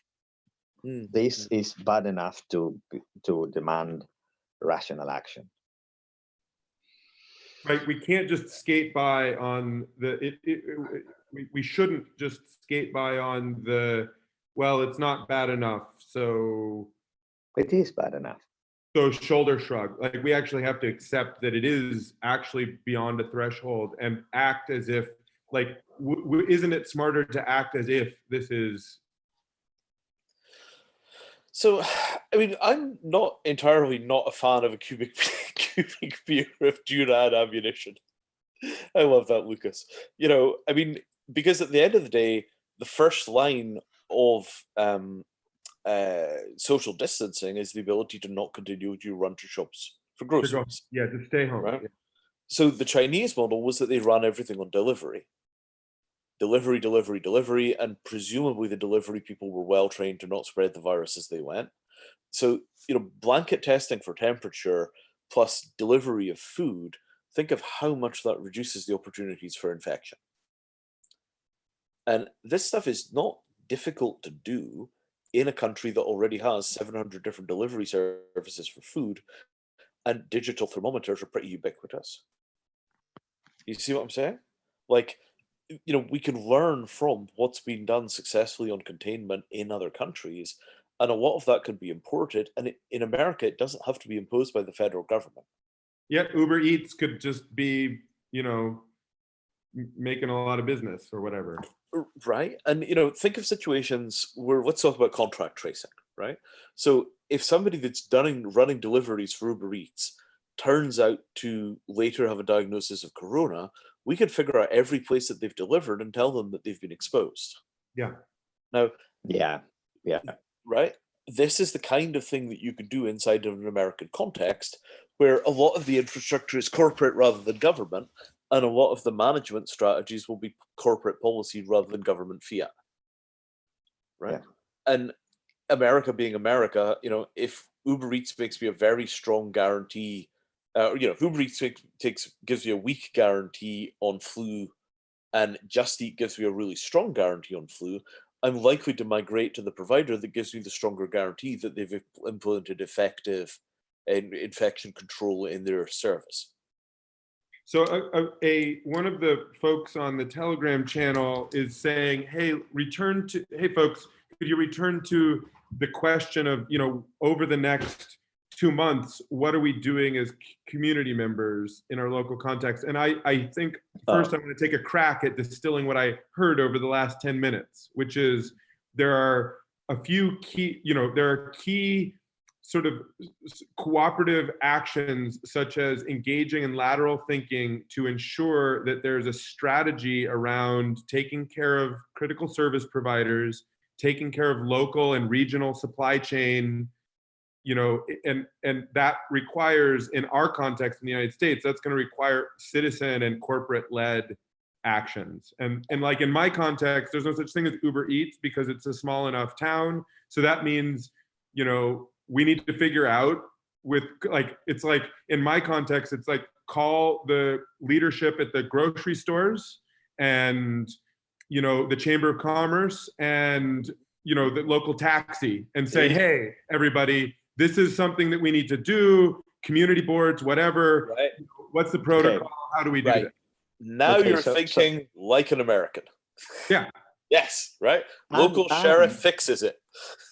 Yeah, and you're thinking in terms of the problem space of the need. That was one thing that became really clear when I started using the SCIM model, the simple critical infrastructure model that Vinay came up with. It took me a long time to digest it and process it and understand it relatively deeply, I think. And it's about we tend to look at the system and we want to protect the system. We want to protect the electrical grid. We want to protect the roads and the trains. Actually, what we need to protect is people being fed. Yeah. And if the road is blocked, then we put the food in the river and we paddle. Yeah. Right. So that's the approach that I think could be more productive. That is, we look at the problem, we have a good diagnosis of what the problem is, and we congregate around the problem. If the system that we have works, we keep it. If it's starting to fail, we protect it. If it fails completely, we replace it. Yes. And something critical here, right? Because we, at the end of the day, if we have a system that provides for our needs and the system breaks or becomes insufficient, then we get to keep the pieces of the broken system, and we get to keep all the other things that are lying around, and we get to keep the need. And we rearrange our energies, try and solve that need. That's right. Be it water, food, heat, too cold, or whatever. Yeah. All those things. So let's please look at the resilience-maps.org, which has the model. It has a very simplistic language. It's extremely simplistic.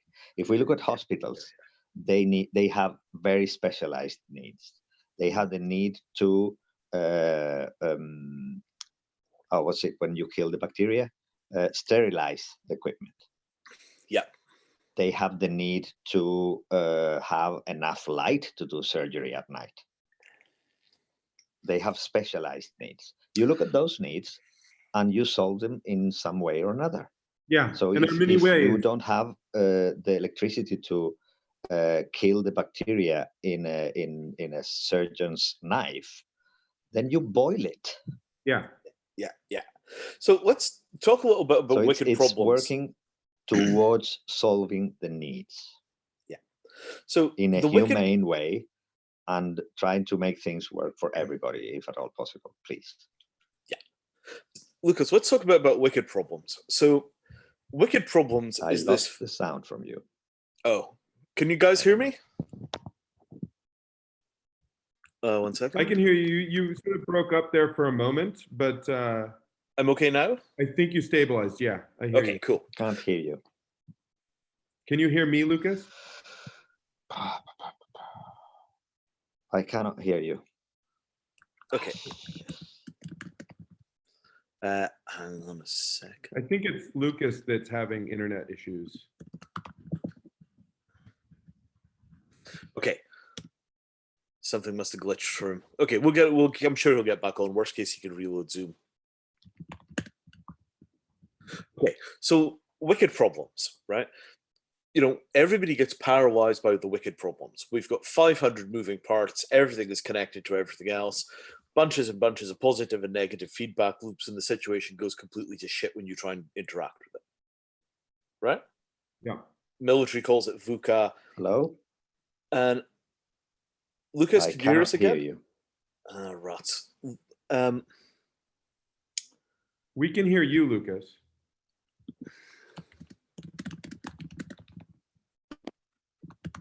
Hello? Oh, you can hear me. Sorry. Sorry about that. I've probably messed up all the audio. Audio problem on my end? It looks like an audio problem on your end. All right. I'm sure Okay.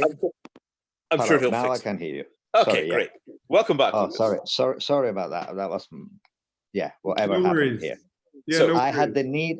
the need to hear you, but I couldn't. There we go. So There you go. wicked problems, right? The paralysis that comes from looking at wicked problems is that when you try and take the existing system, which is extremely efficient, and then you put a whole bunch of new stress on it, the efficient system just doesn't have the slack to absorb the stress, and the system begins to break down. Yeah. And this is generic to everything from, you know, earthquakes to meteor strikes. And it's because our system is very complex and very efficient, it has inherent fragility. And the thing that drives everybody around the nuts when they do disaster planning is you look at this enormously interwoven complex system with all of its fragility, and you say there's no way to keep this running in the disaster. So the exercise that I give people is to go to their local Walmart, or even better, the mall. I'm not saying you should do this now. You want to stay away from these places, but conceptually, Don't go there now, but don't go there now. But conceptually, right, in your mind, you know, astrally project to Walmart. That's not a phrase that's probably ever been said by a human being before. But you know, you place yourself mentally in Walmart, you walk around in Walmart, and the things which are actually necessary to human survival occupy 30% of the store. Right? Here's the food. Of that food, 80% or 60% of it is junk food, which is really recreational rather than nourishing. And then you've got the clothes. Most of the clothes are basically frivolous. You're not really going to need those if everything is really rough. And you know, you've got the toy section. Okay, the kids are going to need toys. Half of that's going to have to stay, maybe a quarter, maybe 10%. And you could just kind of go through, and there are entire sections of the store which are just like, nobody needs this. Think of the size of the section of the store, which is freaking hair product. yeah. Nobody needs it. So as things begin to become difficult, if you focus on the complexity of the existing system and maintaining it, you go crazy and it's not going to work. If you focus on too hot, too cold, hunger, thirst, illness, and injury, even when you take illness and you break that out into, we need masks, we need gloves, we need hand sanitizer, and we take injury and that turns into a bunch of stuff like, you know, we need to make sure that we've got light at night so people don't trip over things. Even when you ramify out those 6 needs to keep human beings alive, the system is like 95% over capacity. We've got 20 times the amount of life support stuff that we need.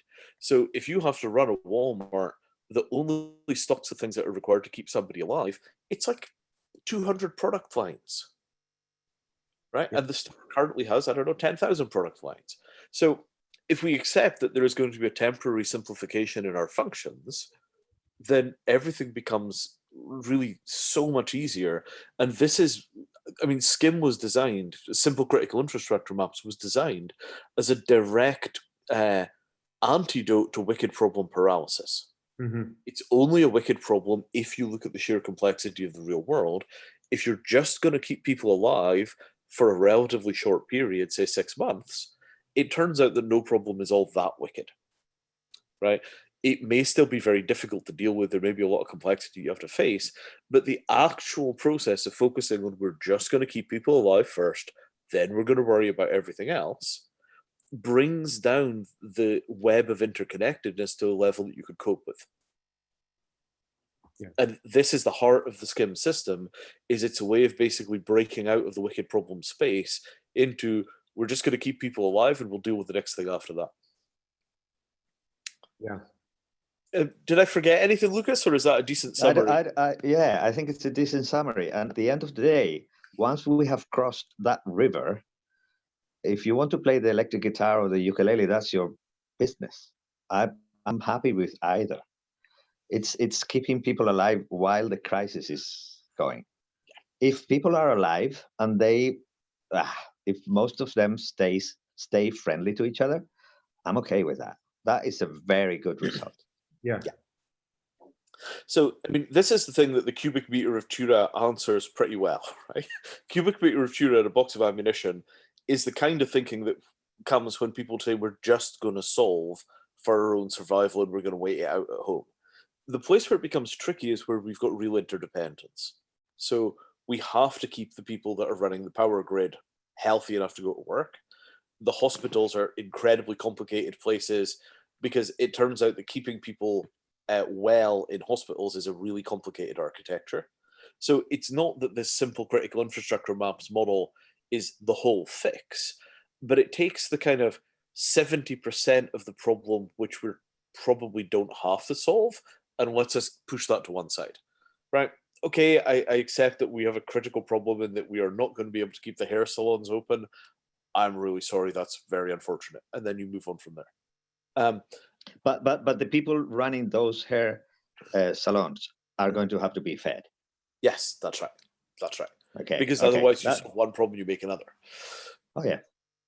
And this mindset about escaping from the wicked problem space, I mean, I could practically hear the entire internet complex systems complexity community, beginning to spin up their wheels on pandemic flu. We need to think about that, right? And the thing that I learned, because I was very well versed in complexity science when I started this stuff. My first exposure to complex systems was in the mid 1980s. And that stuff soaked into me very deeply when I was a teenager, and I maintained my interest in that stuff all the way through. So, when I came to this stuff, I went into it initially with the whole complex systems mindset, and it just turns out to be an impossible forest of interconnections. You can't get through this stuff in a complex systems model because it's just the complex systems break. And the kind of summary rule for all of this is complex systems behave unpredictably. So if you need the system to behave predictably, the system must be simple. Right? We have to simplify and simplify and simplify and simplify and simplify, stick to the truth, eliminate complexity, stop trying to do unnecessary things. The first question should always be, do we need to solve this problem? Or can we focus on something more important? And we get it right down to a really small cluster of fundamental things, right? Childcare for healthcare workers, getting prescriptions filled and delivering stuff to people's houses, making sure that the hospitals have priority access to whatever it is they need from the industrial supply chain, like first access to bleach or whatever it is they happen to want. Making sure that the delivery people don't infect people with flu when they're coming, or coronavirus, when they're delivering food to people's houses. It's an identifiably small list of basically soluble problems. And then there are a couple of really big, chunky bastard problems hanging out there, like, is it possible to mass manufacture respirators in time to meet the enormous oncoming demand on respirators, right? Can we figure out flu testing quickly? Is there going to be a decent antiviral drug that works, and can we mass produce it quickly enough? Are we going to get a vaccine? And those things really are big and complicated, thorny problems, and you need a much different toolkit for addressing them. But the simple stuff we can keep simple, and that's what frees the resources for addressing the big hard problems. Like, can we figure out a quick way of making respirators? Yeah. So yeah, and there is going to be complexity that it's just there. So if we try to deliver medication to neighbors who need it, are we going to see certain neighborhoods served better than others just because they have a different color or they have a different level of income? We're going to see that. We're going to have to look at that as well. Yeah.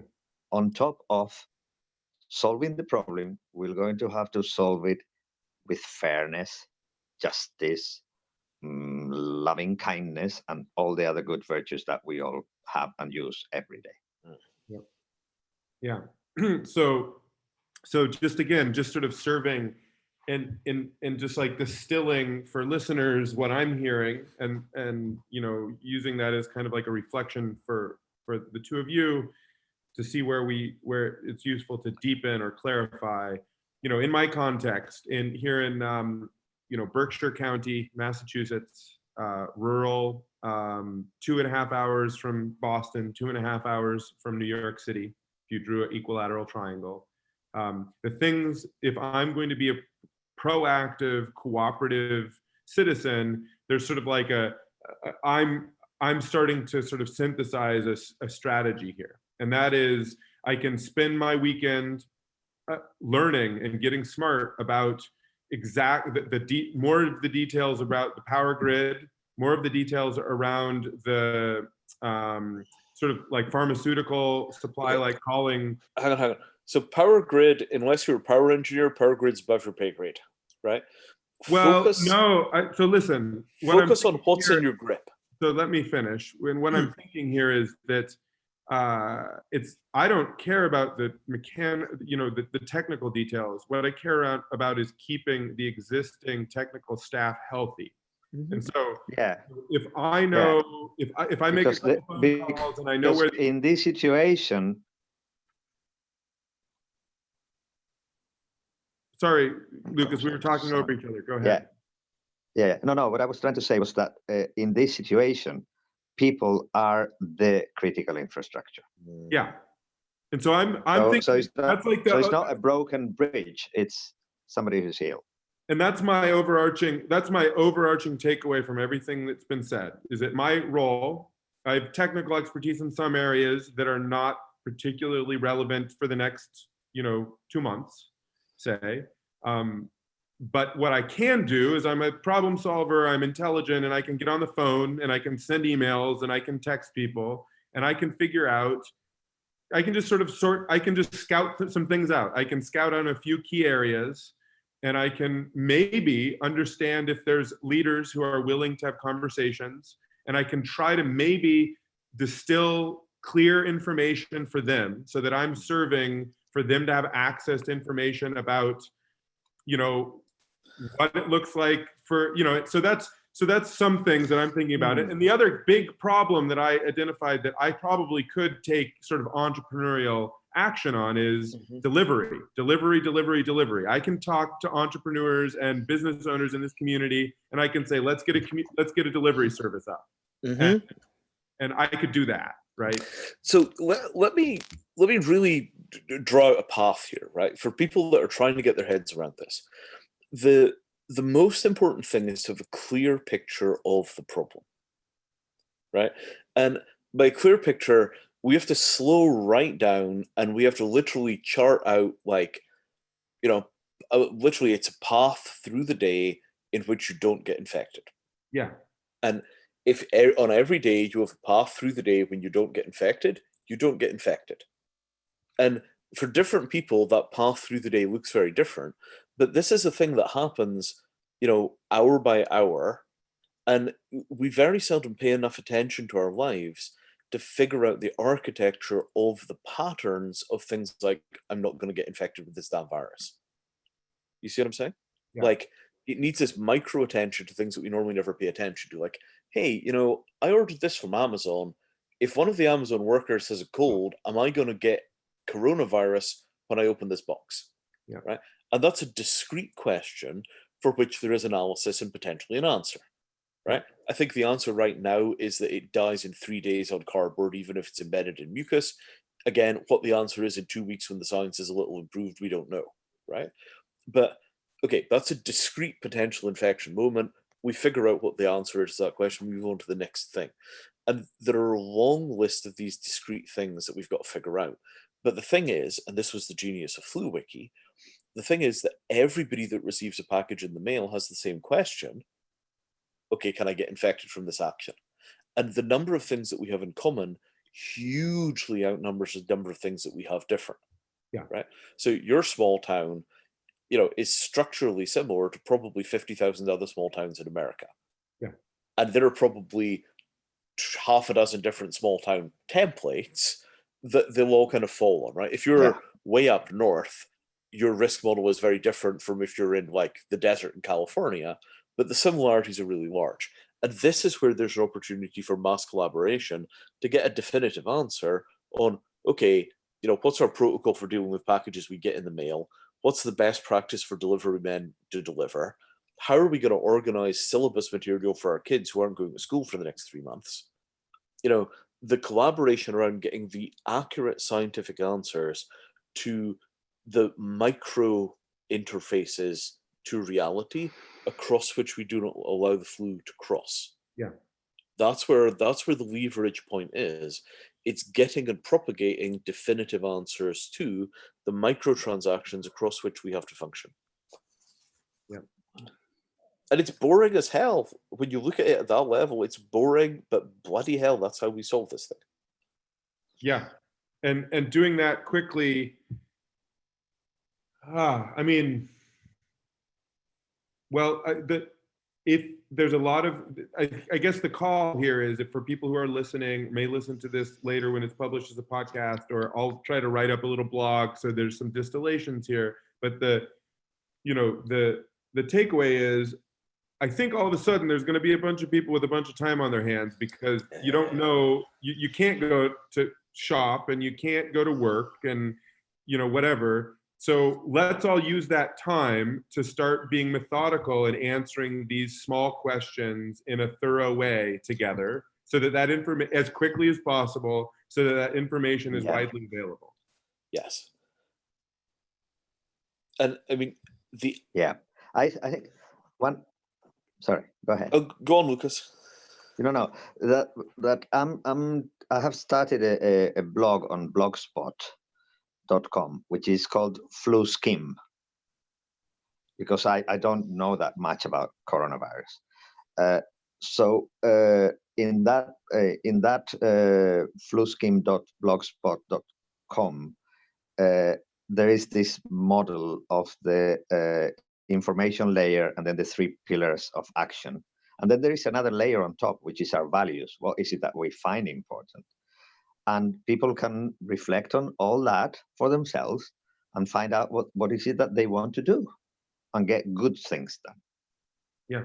This is an opportunity for trying mass collaboration. And I have friends in the climate change fields, and they say, oh, but climate change is going to be worse. Okay, so consider this as training for climate change. Yeah, definitely. I mean, I think that's, if there's going to be a silver lining in all of this, it's that we start to realize what it actually takes to coordinate effective, community, social, country, state scale responses to wicked problems, and do it. You look at reality, which is the problem. Then you look at the solution space, and then you act.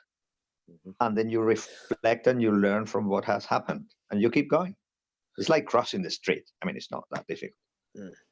But you keep your eyes open. Very important, we don't get pulled in to the idea we're going to solve wicked problems, right? What we do is we subset and solve the simple problems that we can solve, which are parts of these larger wicked problems, right? If we frame the problem with climate change as, how do we, maintain the full complexity of society in a way which is carbon neutral, we're probably not going to be able to do it. Yeah. Right? If we frame climate change as how do we kill the oil industry in a weekend, any first world military can stop climate change tomorrow morning. Right? 50 nuclear bombs over the oil fields and a bunch of carpet bombing of the oil terminals, climate change is solved. You just can't have that and also your complex society. And the correct solution is somewhere between the wicked problem, which is changing an existing dynamic system while maintaining all of its features is impossible, and the simplification, which is the cutting of the Gordian knot, where Alexander the Great just brings out the sword and cuts, right? Yeah. So I am much closer towards the cutting Gordian knots with a machete kind of end of this thing, because it just turns out that every time we hit this thing of how do we maintain the status quo while at the same time changing everything, it turns out you can't do that, right? All of my work is about breaking people out of the wicked problem space, because the wicked problem space is hell on earth and nothing ever gets done. Do you know about the goat rodeo? I'm not sure. All right. So we've invented two animals to help people think about avoiding wicked problems. So the first of these is the black elephant, right? And the black elephant, believe it or not, is widely used in the Asian military strategy community. I took it over there when I went to Singapore maybe 5 years ago. And it turns out there's a bunch of writing out in now. It's amazing.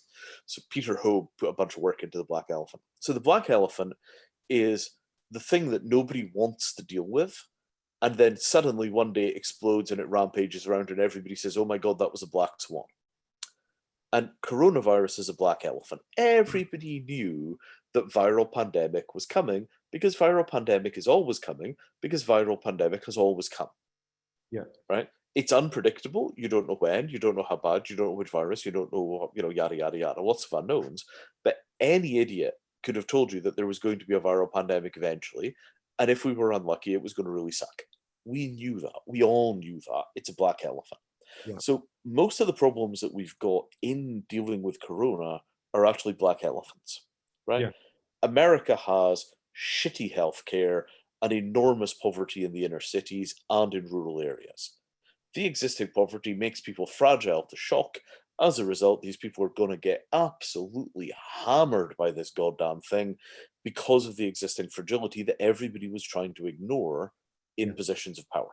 You have two black elephants rampaging together in this case. You see what I'm saying, right? And this herd of black elephants, but God, I love that framing. Nice, right? So the black elephant stampede, where a whole herd of black elephants all kick off. This is the thing that, like disciplined approaches, like even meditation, right? Write down the black elephants. What are all the things I know to be true that I don't want to deal with? My God, that list is valuable, right? So dangerous animal 1, black elephant. Dangerous number 2, goat rodeo. And again, right, I'm a post-complexity thinker. I went through complexity and I came out the other side. And, all that I really have is a machete with the words fuck it written on the side of it. On one side, on the other side, it says fuck you. Because the complexity trap is murderous for getting anything done. And the goat rodeo is the apex of the complexity trap, right? So take a group of people that want to solve a problem. The people are either all the same or they're all different. The solution that they want is either they all want the problem solved the same way or they all want it solved in a different way. See how that gives us a 2x2 matrix? So if the same people want to solve the same problem in the same way, same people, same solution, this is a cartel. Yeah. Right? Super easy. We're all telecom operators. We all want to reduce the cost of internet access. And we've all agreed that we're going to use fiber optic to do it. It's a cartel. If you've got different classes of actors and they all want to solve the problem the same way, you have cooperation. Right? You're the federal government. I'm the hospital insurers. Him over there, that's the general public. We all agree we want the same solution, cooperation, problem solved. Right? If we've got the same class of actors, so everybody's a corporation, and we disagree about the solution we want, we get competition. You want Ethernet, I want token ring, we fight it out in the market, I lose, you win. Competition, perfectly healthy, gets problem solved. Maybe it's efficient, maybe it's inefficient, but it terminates as a process. Goat rodeo, different classes of actors who want different solutions. You're the Catholic Church, I'm the federal government, Lucas is the general public, right? We want to solve this problem, we each pick a different solution. Nobody has the ability to force their will on the other actors because there's no interface between these things for them to force their will on each other. So they can't form a cartel, they can't cooperate, they can't compete, and all that you get is endless circularity. And that's the climate process. Yeah. Right? And it's also going to be the majority of our response to the pandemic because it's the majority of our response to everything right now. The goat rodeo is the cultural pathology that curses us to ineffectiveness. And we have to exit that cultural pathology as forcefully as possible because otherwise we're going to get stuck going around in circles in this thing while the bodies pile up. Well, it seems to me that it's less likely that we end up in the goat rodeo with the coronavirus. We're already in it. You think so? I mean, mean, what you saw in the first part of this call was me exiting the goat rodeo. Okay. Right? That was a goat rodeo that we were in because we couldn't cooperate, we couldn't compete, and we couldn't form a cartel. And I simplified the problem space by being an asshole. And that's what avoiding goat rodeos often looks like, is that you take the things that don't fit and you just kick them out of the room so the adults can have a fucking conversation. Right? And it's brutal, but I really want to model this as like, you're going to see an enormous number of rooms with people that do not agree on the objective and do not speak the same language trying to solve these problems. And unless they can very quickly get to the point where they agree on their goals, they will not get anything done. Right. And so, but there has to be enough space. I mean, like case in point, the conversation, sort of like, there is an opportunity for that conversation about, like social coordination and applied cryptography that we call blockchain to play if we're clear about the goals, and to say, okay, great, like do some software design and do some tests while you do social isolation around these 3 problems. And if you agree on the problems, then it's useful. But if you don't agree on the problems and it's trying to solve something that isn't useful, then it's sort of a distraction. So it's not just a distraction, it's a total systemic failure to govern, manage, or lead. Yeah. Right? The goat rodeo is going to kill so many people in the next few years. Right? Because the first goat rodeo will be our attempt to have response, and then the second goat rodeo will be the lessons learned, and then the third goat rodeo will be the failure to implement the lessons learned. But it seems like the line between the goat rodeo and the cooperation quadrant, there's like a need, what you're modeling, Vinay, is a very sort of like hard line, kick it out the door, and you have your machete. But there may be a case for like good cop, bad cop in these situations, where there's also a need to sort of understand, is like within a time-bound analysis, can we actually get clear on shared goals so that we could move into the cooperative quadrant? Generally speaking, no. Yeah.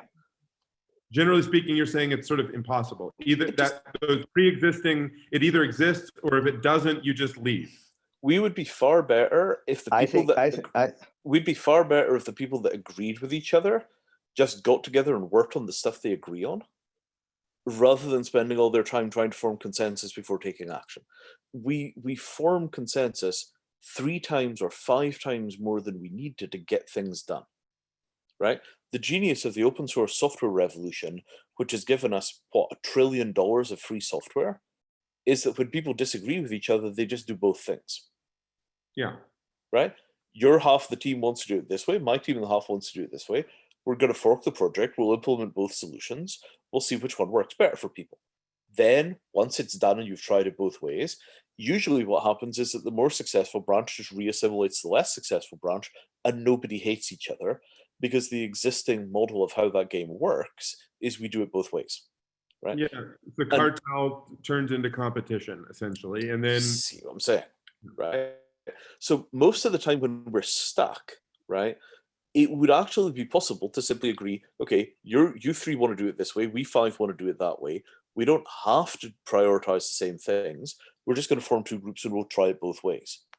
And that is a cultural reflex that we could take from open source, and we can have cultural change, because at the end of the day, we've tried large-scale cooperation before we take action as a trope really for 50 years. And that's been the main cultural emphasis of cooperation as a study. I don't think it actually works very well. And all the problems that are amenable to that approach have been solved using that approach. Well, so let me push a little bit here, because I sort of sense, or maybe I'm interpreting this wrong, but so for me, I have a pretty, lots of experience in open source and open space, and like the experience of open space sort of unconferences where you walk out the door. If the conversation doesn't fit, go find another one, whatever. There's no need to talk to anybody about it. Great model. Yeah, works great. It's a fantastic model. Lucas is also a big fan of open space. I'm a big fan of it. We've all got grounding in that stuff. So I'm wondering, like,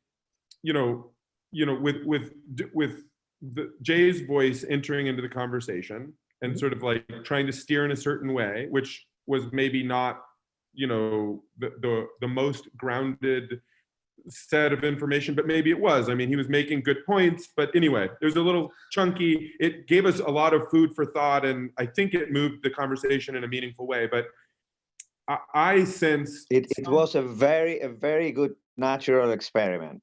Yeah, thank you. So my sense is that, you know, at least how I'm holding it is, hell yeah, if Jay and his friends and, you know, people I know want to, you know, sit down and try to create, you know, medicine delivery coordination tools, then they should go do that, and that's awesome, right? But I also got a hard edge, and I'm trying to find where this edge is. I got a hard edge from both of you that, you know, you don't want a bunch of people working at an oblique angle to what needs to just get done in order to protect people's lives. Where am I missing where that angle is? Like, where's the line? No, How do I know if I've it's really simple. The hard edge is these idiots are going to get people killed. But what we're saying, I thought I was on safe ground saying they're not going to get people killed if they're so if he's in his bedroom writing code to build the system that he wants to build with a bunch of his friends, that's great, right? Yeah. But what they shouldn't be doing is interfering in a bunch of, you know, like relatively experienced epidemiological thinkers having a negotiation about how to approach this thing. Right, and so there's sort of like a way in which we need to retrain how we engage with conversations and media and information, in which we can sort of rate our relative ability to contribute to a conversation and either be an active listener or a contributor, is kind of what you're saying. Yeah. Lucas? Okay, another model. Can I bring in a physical model? If we need to move chairs, we can do that independently.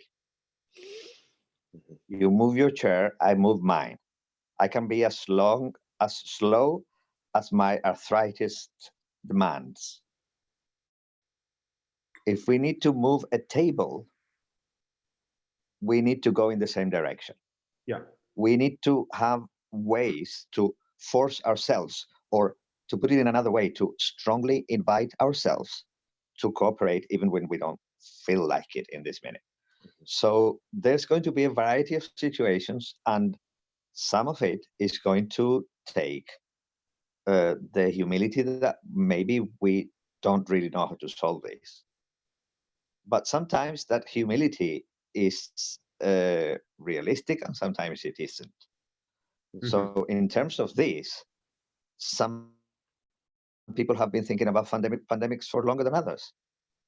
That doesn't make them an expert in everything else. I wouldn't dare to talk about crypto, personally. No clue. Yeah. So if people are being effective, they're building the thing they want to build, they think it's worth trying, there's no harm in letting literally 1,000 flowers bloom. In this case, maybe more like 1,000,000. And you're damn right, we're going to have a lot of time at home to think about things and make prototypes and play with stuff. At least the lucky ones are. The trick of this is not getting in the way of people when they're doing something productive, right? Like, the genius of open source was it kept everybody moving forward. And okay, there were times when you took 500,000 man-hours of work and you threw it away, right? Like, we tried something else, it worked a lot better, all that stuff that was built over here, it's our junk, we threw it away. Those kinds of losses are very evolutionarily sustainable, right? We've got 7.5 billion people. They can work super hard on something that takes 1,000,000 man-hours and throw it away. We're not short of man-hours, right? What we're short of is solutions. So approaches which are wasteful in man-hours but produce a lot of solutions are way better than approaches which are very efficient with man-hours but don't solve anything. Right. Which is completely like at odds with how most people think about business competitiveness. I would do. Businesses, which is like there's a switch that we need to, you know, we need to sort of like shift the lens here around, you know, what like approach to getting solve wicked problems. so one way to look at this is that competitiveness is a value, is something that we value. We think it's a good thing, therefore we foster it. Okay, so the thing about values is that sometimes it's better to look at them in pairs or even in triples. So you have the value of, or the virtue. The virtue would be the muscle of the value. Okay, so I value free air, and the muscle is I get into the habit of going out for a walk. Right? So when you look at values or virtues, it makes sense to look at them in groups, at least in pairs. So if you value honesty, it would be good if you also value kindness, so that you can be both honest and kind at the same time. Because this is the calculus of competing. The calculus of competing virtues. Never trust somebody that only has one virtue. That's the thing. So apply two at the same time, at the very least. That would be my understanding, and that's what I try to do. And for for some time, I have been more kind than truthful. So I need to improve my truthfulness. Okay. And for some people, it will be the other way around. Yeah. And there are many virtues that you could pick, right? But one virtue thinking tends to be very, very toxic. You want at least 2 or 3 virtues because it gives you a little more parallax, a little more tool set. So I want to go back to the thing you said. No. When I say virtues, everybody's going to decide what they call a virtue. That's not my business. Yeah, exactly. I want to go back to the thing you said about solving wicked problems, right? I want to stress very strongly that we can't solve wicked problems. Got it. Yeah, that was a misstep on my in terms of just. Well, I was going to say we can't solve wicked problems quickly, right? Well, we transform that. My understanding from listening to you, what's forming in my mind is, wicked problems are a complex tangle of different things that we can indeed understand as more simple opportunities for engagement, and they're sort of like these nodal acupuncture points that you can hit that, and it disentangles things, and it transforms the context. Let me frame this in total simplicity, right? Keeping people alive is not a wicked problem, right? Running a complex society in the middle of a pandemic with all of its multivarious goals, that's a wicked problem, right? Yeah. Keeping people alive, not a wicked problem. As long as we're willing to simplify, we can coordinate, and we can achieve keeping people alive and keeping, right. Complex systems behave unpredictably. If you need the system to be predictable, the system has to be simple, right? So your understanding of the system has to be simplified. Yeah, everything has to. There's a good lead into this. I have 2 questions from the audience that came in over the last 15 minutes or so, and one is which I think we sort of spoke about in terms of wiki, and we got into, but the question is specifically, how can communities make unclear needs visible, and how can a small community like mine that may engage in this as a leader make that quickly available to other communities? And I think we sort of treated that. I feel like we already kind of got there. So the next question, and maybe if not, well, I'll go through both questions and we can circle back, and if there's something missing, we can speak to it. The other is from Christina as well, and she's asking, how can solid ontologies get us away from goat rodeo dynamics? Okay, so the thing about communities is this. Communities are not the answer to anything, right? Everybody keeps saying community, community, community, community, but God damn it, they don't grow food and they don't make hand sanitizer come out of thin air, right? So rather than focusing on community, what people ought to be focusing on is capability, right? We all think that we exist in communities, and we all think that those people will be there for us, but people in their 20s make these enormous investments in communities. Then what generally happens is that everybody has kids and moves to the suburbs, and the things evaporate as if they were never there. Right? We have an enormous biological drive towards community, and to be honest, in most cases, it's no more healthy than our biological drive towards sugar. And I say this, by the way, as somebody that spent, like an enormous amount of time and energy doing community stuff in my 20s and 30s. The first place that I went to when I came to America was Gaskin's Farm, because I wanted to see what the biggest intentional community in the world had turned into. And the horror stories that they told me.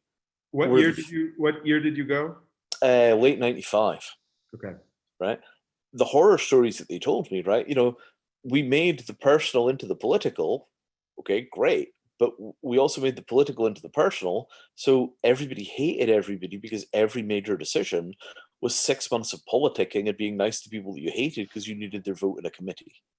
And like what I saw there was just like, this is not the answer. My community in the late 90s, we had a reunion on Facebook a few years ago, and man, I was not pleased with the results. Right? People had really, really, really had hard lives.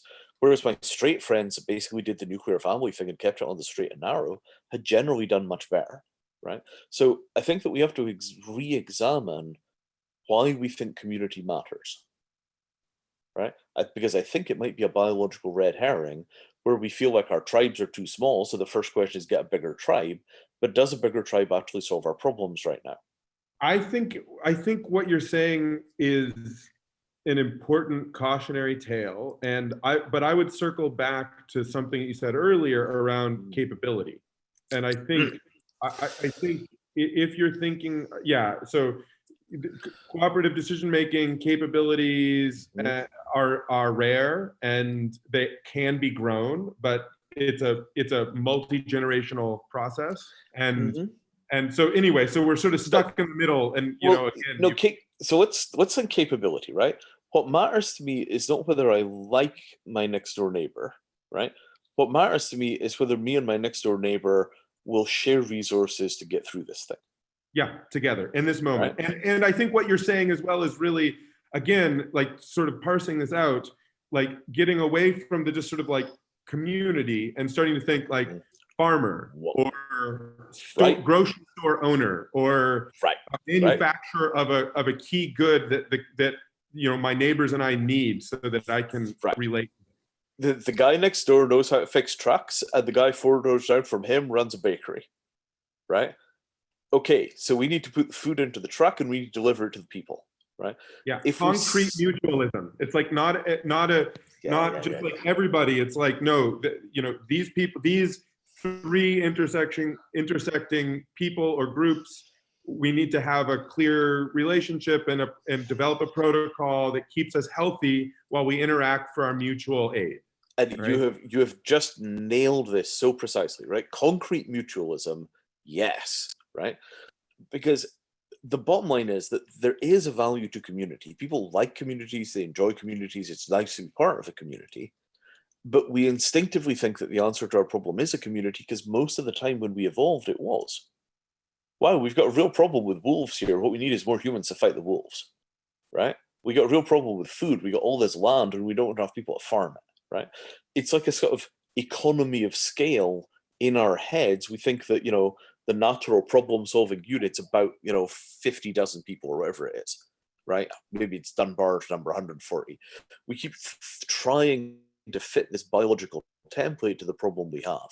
The problem that we have here is a relatively constrained problem, and it's largely about industrial supply chain management. Yeah. What will allow you to stay at home is that the local Amazon depot stays open. Yeah. And unfortunately, the Amazon depot is nothing to do with community. The Amazon depot is corporatism. And most of our survival in this thing is going to rest on corporatism, not community. Yeah. And I don't necessarily like that answer. Yeah. But my ability to have food turn up on my doorstep without anybody infecting me in the process is largely driven by Amazon. And that's going to be the case for almost all of us. Right now, Amazon is, earning its wings as a life-saving machine for tens of millions of people. Yeah. And that does not fit well with a lot of people's values. 15 years ago, that would have rankled me super badly. Now I've come to the conclusion that actually Jeff Bezos is basically next door to God, and the only person between him and God is Elon Musk. Right? I don't like that conclusion, but bloody hell, they're getting the job done.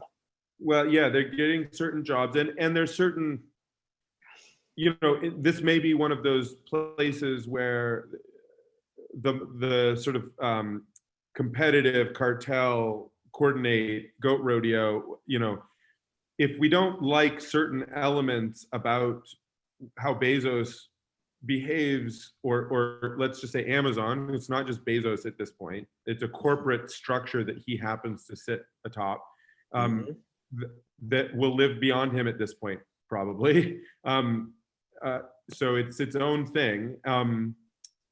If I really dislike it, I can still honor the fact that, like, the enormous efficiencies and capacities that it has, and I can be honest with myself about competing with it. And like, what does it look like for myself and other people to compete with what Amazon is doing well right now? Right. And why would we do that, right? Well, right. I mean, you know, let's, because we've got plenty of problems, right? Amazon doesn't do pharmaceuticals, right? We can't get insulin through the Amazon supply chain. I don't think Amazon has a meaningful cold chain. Not for, well, I guess I was actually saying that, yeah, just your response, which yeah, is, yeah. you go through the mental process of like, well, I don't love everything about it, but in order to have an alternative that's viable, I actually have to do all of that. What is that really the best use of my time right now? Yeah. Right.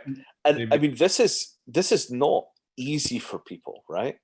You know, there's a whole bunch of stuff that we want to hang on to as we look at this pandemic thing coming towards us. And, you know, this is, you know, part of the reason that I was so angry earlier on is that if everybody continues to reach for what they know in a situation they've never been in, most of what they do is going to be wrong, right? This is why we need the laser-like focus on keeping people alive. If this does not contribute to keeping people alive, why is it in the room with us right now? The first question, right?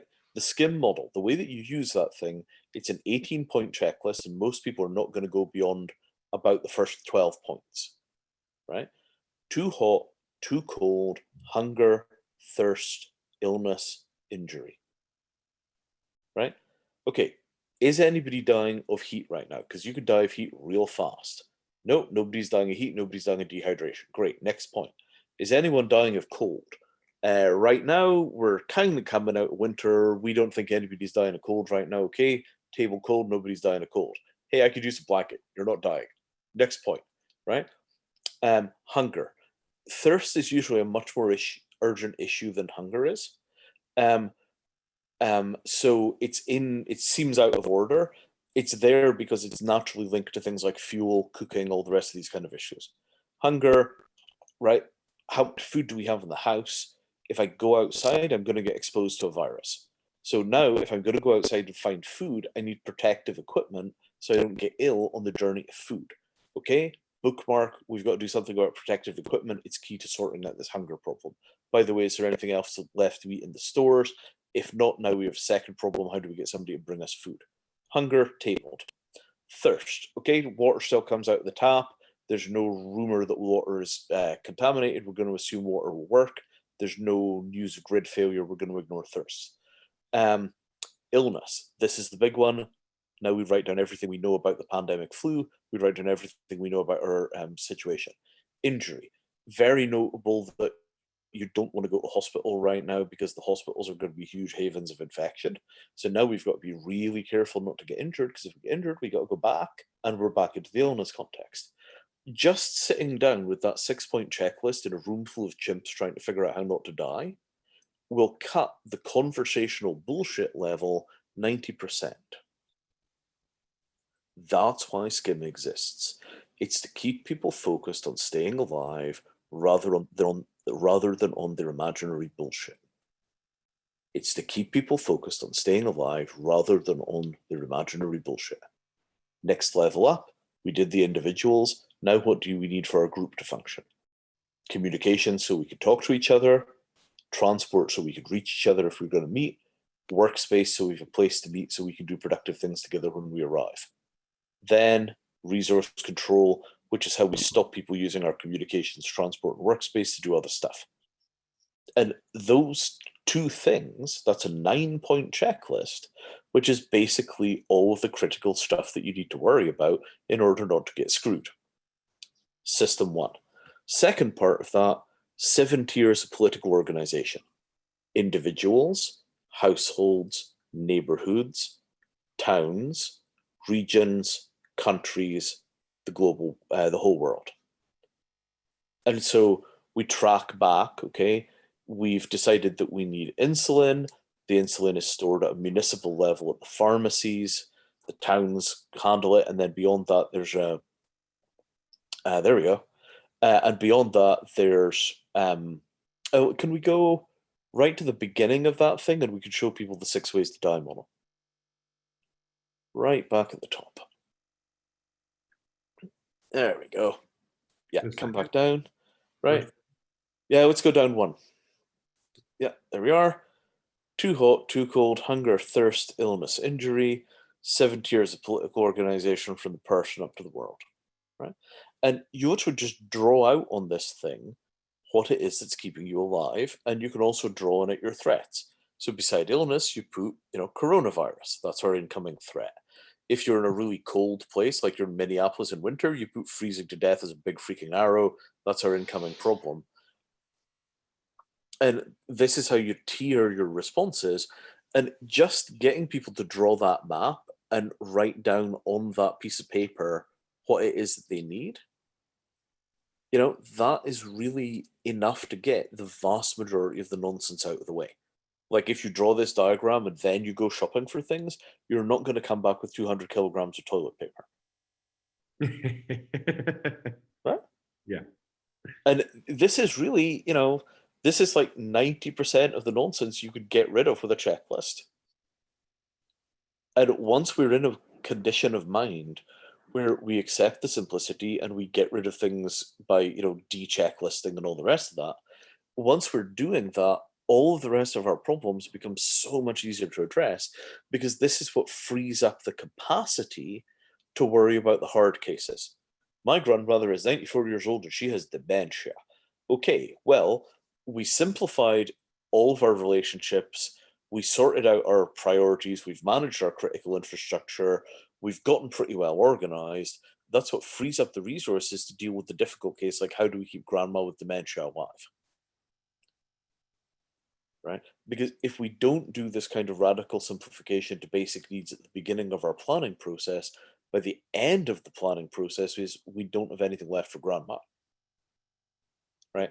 Everybody has to give ground early on in the process so that we have enough capacity to carry the hard cases. See Yeah. what I'm saying?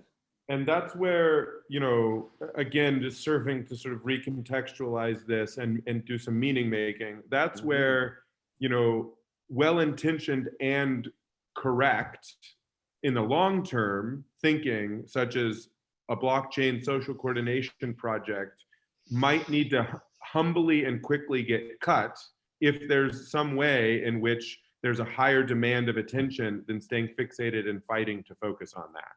And so there's like a need to be able to be like, okay, well, that may be a good idea after we get through the crisis, but in the moment, let's stay focused on sort of the discipline of understanding reality. And then, maybe my time is well spent holding up and doing coding virtually with some friends, but maybe not. Maybe there's something that comes up through this process that demands my attention. Maybe my uncle is so-and-so, or maybe, I could do deliveries or whatever it is that is maybe actually in this moment a demand of my time to help us get through the crisis moment, right? And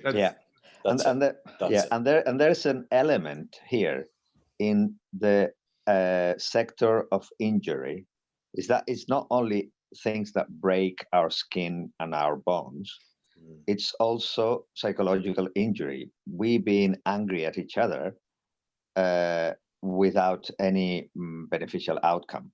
So that's part of it. And one way to avoid deaths from injury, so physical conflict in which people do nasty stuff to each other, is about getting everybody watered, fed, and medicined, and everything else.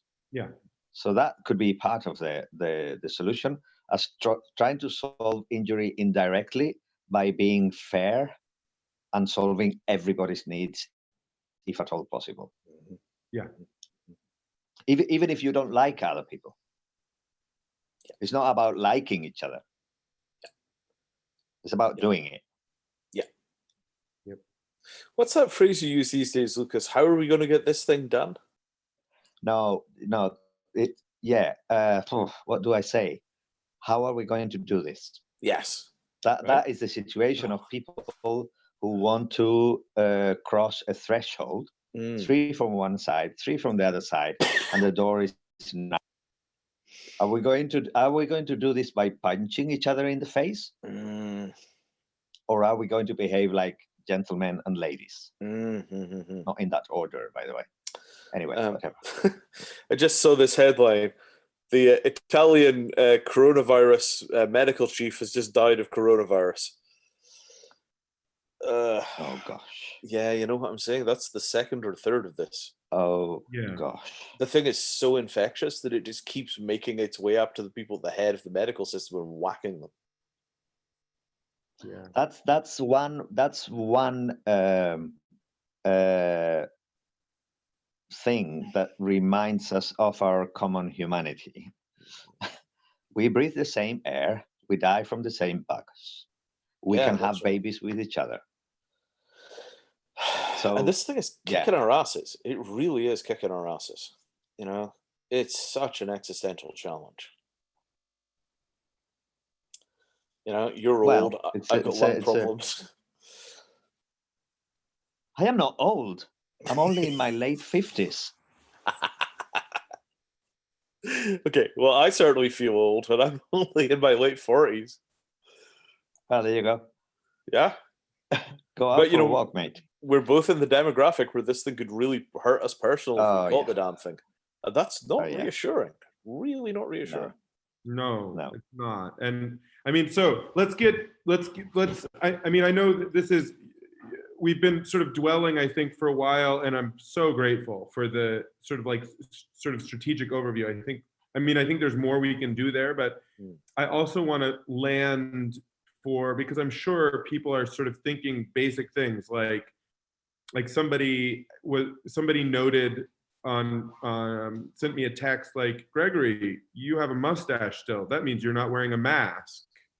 So it's these basic things about how we actually appropriately socially isolate and what that actually looks like in a healthy way, in a meaningful way, the real risks and risk mitigation. When do you go to the store versus not?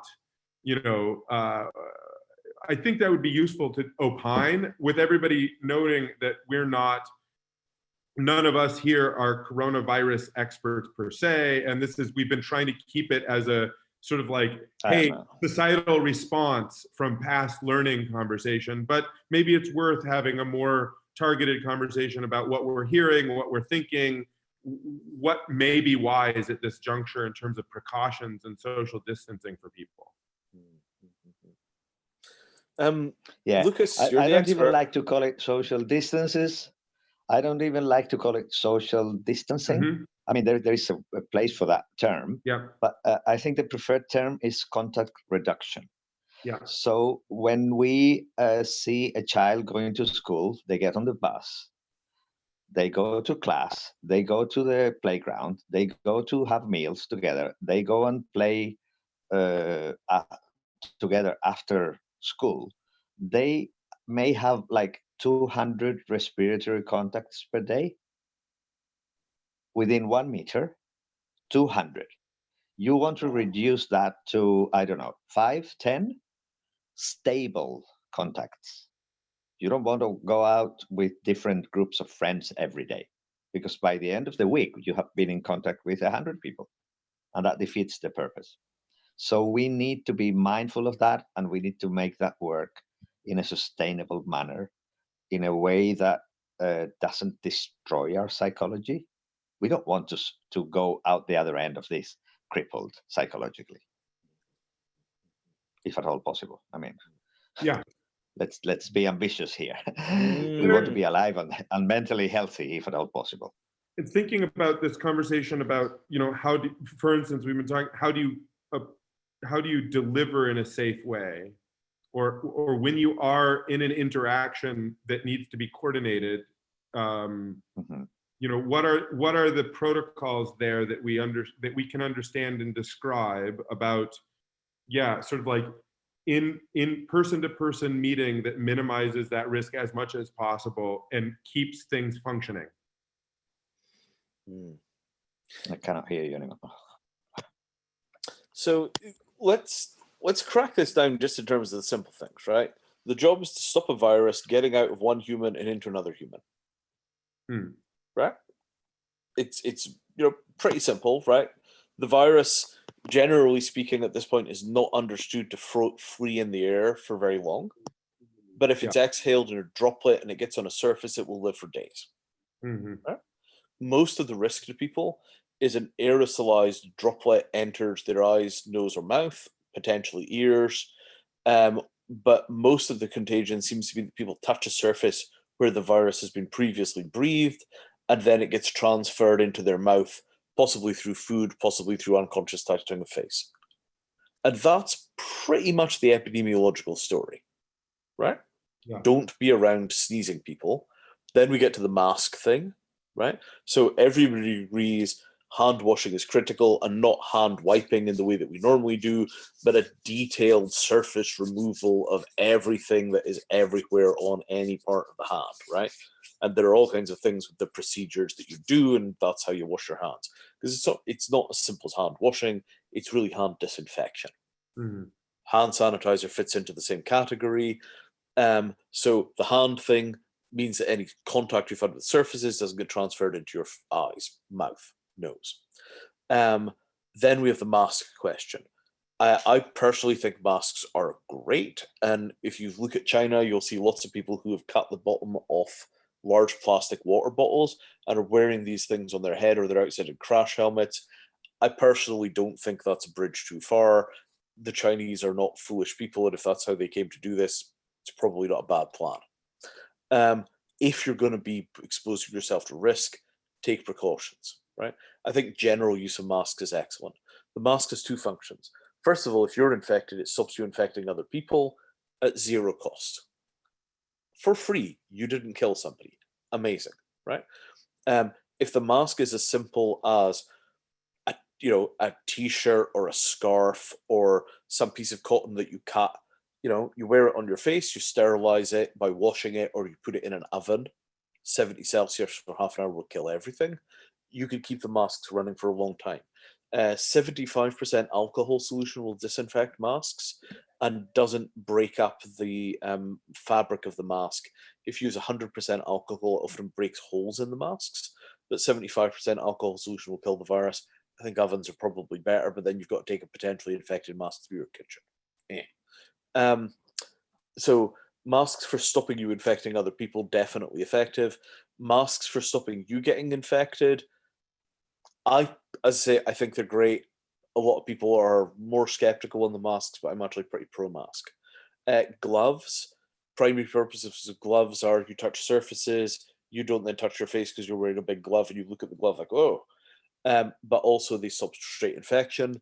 Disposable gloves are hard to get off and on in a way where your hands are definitely clean afterwards. So you're still going to be washing your hands a ton.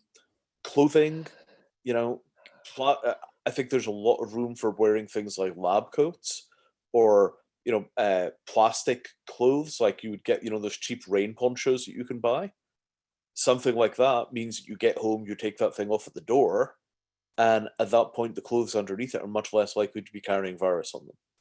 All of these things are staggered responses, and we still don't have a ton of data about relative effectiveness. But at the end of the day, if your conceptual model is, I don't want to get this bug into my eyes, nose, and mouth, you're not going to go far wrong. You could reason about this in a relatively linear way and get it right, as long as you know a few things about the biology of the virus. Like at this point, it's not waterborne. It doesn't live in streams. You don't catch it by drinking contaminated water. There are other kinds of epidemics where water would be the main vector. This thing is largely snot-borne. It's basically, snot is now a lethal bodily fluid. Okay, fine, we deal with that. Yeah, and it's been that way to some degree for a long enough time that that's not a crazy. It's within people's ability to reason about. Yeah, absolutely. And we've had germ theory for a few hundred years. We've gotten used to colds and flus and things like that. It's just that you need to take that understanding really seriously, and you need to do a bunch of socially weird stuff, Yeah, right? Like staying at home all the time, right? Oh, well, that's kind of what recluses do. Yeah, well, now rational people are recluses. The situation has changed. Sensible human norms have to change with the situation, right? Yep. What we consider to be And, natural has to shift. yeah, and they will continue to change. Yeah. Sorry, they will continue to change as our information evolves. So Yeah. there are people now who are trying to look finally into washable masks, Yes. into cloth masks, and I think there needs to be more research on that. So far, what we have is a slight contradiction between official recommendations and the general common sense. The general common sense would suggest that we use masks. The official recommendation is leave the masks for certain situations and don't use them because they are going to make you feel safe when you really aren't. Yeah. So they would play the role of a multi-pierced condom. Okay, they make you think that you're safe. You're not. You get a pregnancy or worse. The idea with this is that we're going to have to take whatever decision we are going to take personally, but we're going to have to stay open to new information, and there's going to be new information very soon. And for the time being, all our criteria about people having a false sense of security has to be part of the package. So if somebody is going to use a mask because they decide to do it, they have to know that that is not the official recommendation, point number one. And they also have to know that because it's not a very good protection, they should add masks to whatever else they are doing, not replace precaution by using a mask. right. That's not the way a mask is used. If you're going to use it, you have to do it properly. Absolutely. And you have to use it as an extra layer. Remember the idea of the multiple raincoats with holes in them. Yeah. Masks Layered responses are not perfect at all. and perfect stuff. Stacked. Right? Yeah, stacked. Stacked is key. Perfect stuff looks like moon suits. I'm right? not recommending mask. I honestly, I have no clarity about. I invented something that I don't even want to mention, but it looked like a box, and you walk inside it to get close to an Ebola patient. I'm not going to mention it, but it's the kind of thing that means that maybe we should look at these things before we recommend them. Oh yeah, this. But we I should think definitely look at these things. we got to tell that story for just a moment. So Lucas did a bunch of work on making a disposable cardboard moon suit. You know, the things that you see people wearing in, like, when they're dealing with Ebola or in, films about pandemics. So turns out that, essentially those things are really hard to mass manufacture, but cardboard boxes are pretty easy to manufacture. Yeah. And the thing about cardboard boxes is they've got so much air inside of them that you don't need the same kind of sophisticated apparatus. So if all you're doing is going into a room and giving a patient an injection and coming back out again, you could actually potentially do that in a cardboard box that was kept by the door. Right? Like a person's size. You kind of look like a Dalek. I stayed inside one of those boxes. It was a fridge box for 20 minutes, and I didn't faint. But that tells you the kind of respect I deserve. Because nobody else has followed up on that research. Yeah. So if I do that kind of thing, how can you trust anything else I say? No. This is the practical expertise. You're the Benjamin Franklin of pandemics. Yeah. Right? Because the critical thing about this is, like, we went through all of this with bird flu. Lucas and I spent years of our lives modeling out, in the event of the big one, if this thing goes pandemic at 30% fatal, right? What are we gonna do? And at that point, the idea that you take factories and you switch the factories over to producing cardboard moon suits, you have to investigate whether that could work. Yeah. Because if it could work, you're going to wind up doing it because, there might be 50 different strategies to be tried for scaling mass manufacturing moon suits, right? And you have to try all of them because you have no idea which one will hit dirt, right? Yeah, the whole idea behind lateral thinking is that most ideas are going to be bad. Yeah, that's right. And research is relatively cheap. It'd be nice if we had 20 million a year sustained going into figuring out how to control viral epidemics by keeping people away from each other, right? It'd be really great if we had the kind of money in society that could do things that way. But it just turns out to be very, very, very difficult to get people to continue to invest in years with no virus in building the scaled capacity to control these things when they arrive. Which That's a totally blows my mind that that's true. It doesn't compute for me. I don't understand. well, I mean, look, we're the kind of chimps that ignored global warming for 40 years, we're not actually very good at we're not very good at investing money in avoiding future trouble. Okay, we act on emotion, and emotion is very good for short distances. Yeah. You see a snake, you hit it on the head. That works very well. But if we try to apply the same thing to long-term problems, it actually doesn't work that well. Yeah, it's a horizon thing. What's the name of the bias? I apologize. I'm drawing a blank on. I feel dumb. I'm drawing a blank on the name, but the bias where essentially sort of like the bias that got Trump elected, where people are unwilling to admit something that they think is going to be an unpopular belief, and so, but it turns out that almost everybody thinks that, and then as soon as somebody the anti-Greta situation. Well, so you know what I'm saying. Greta doesn't go by other people's opinion.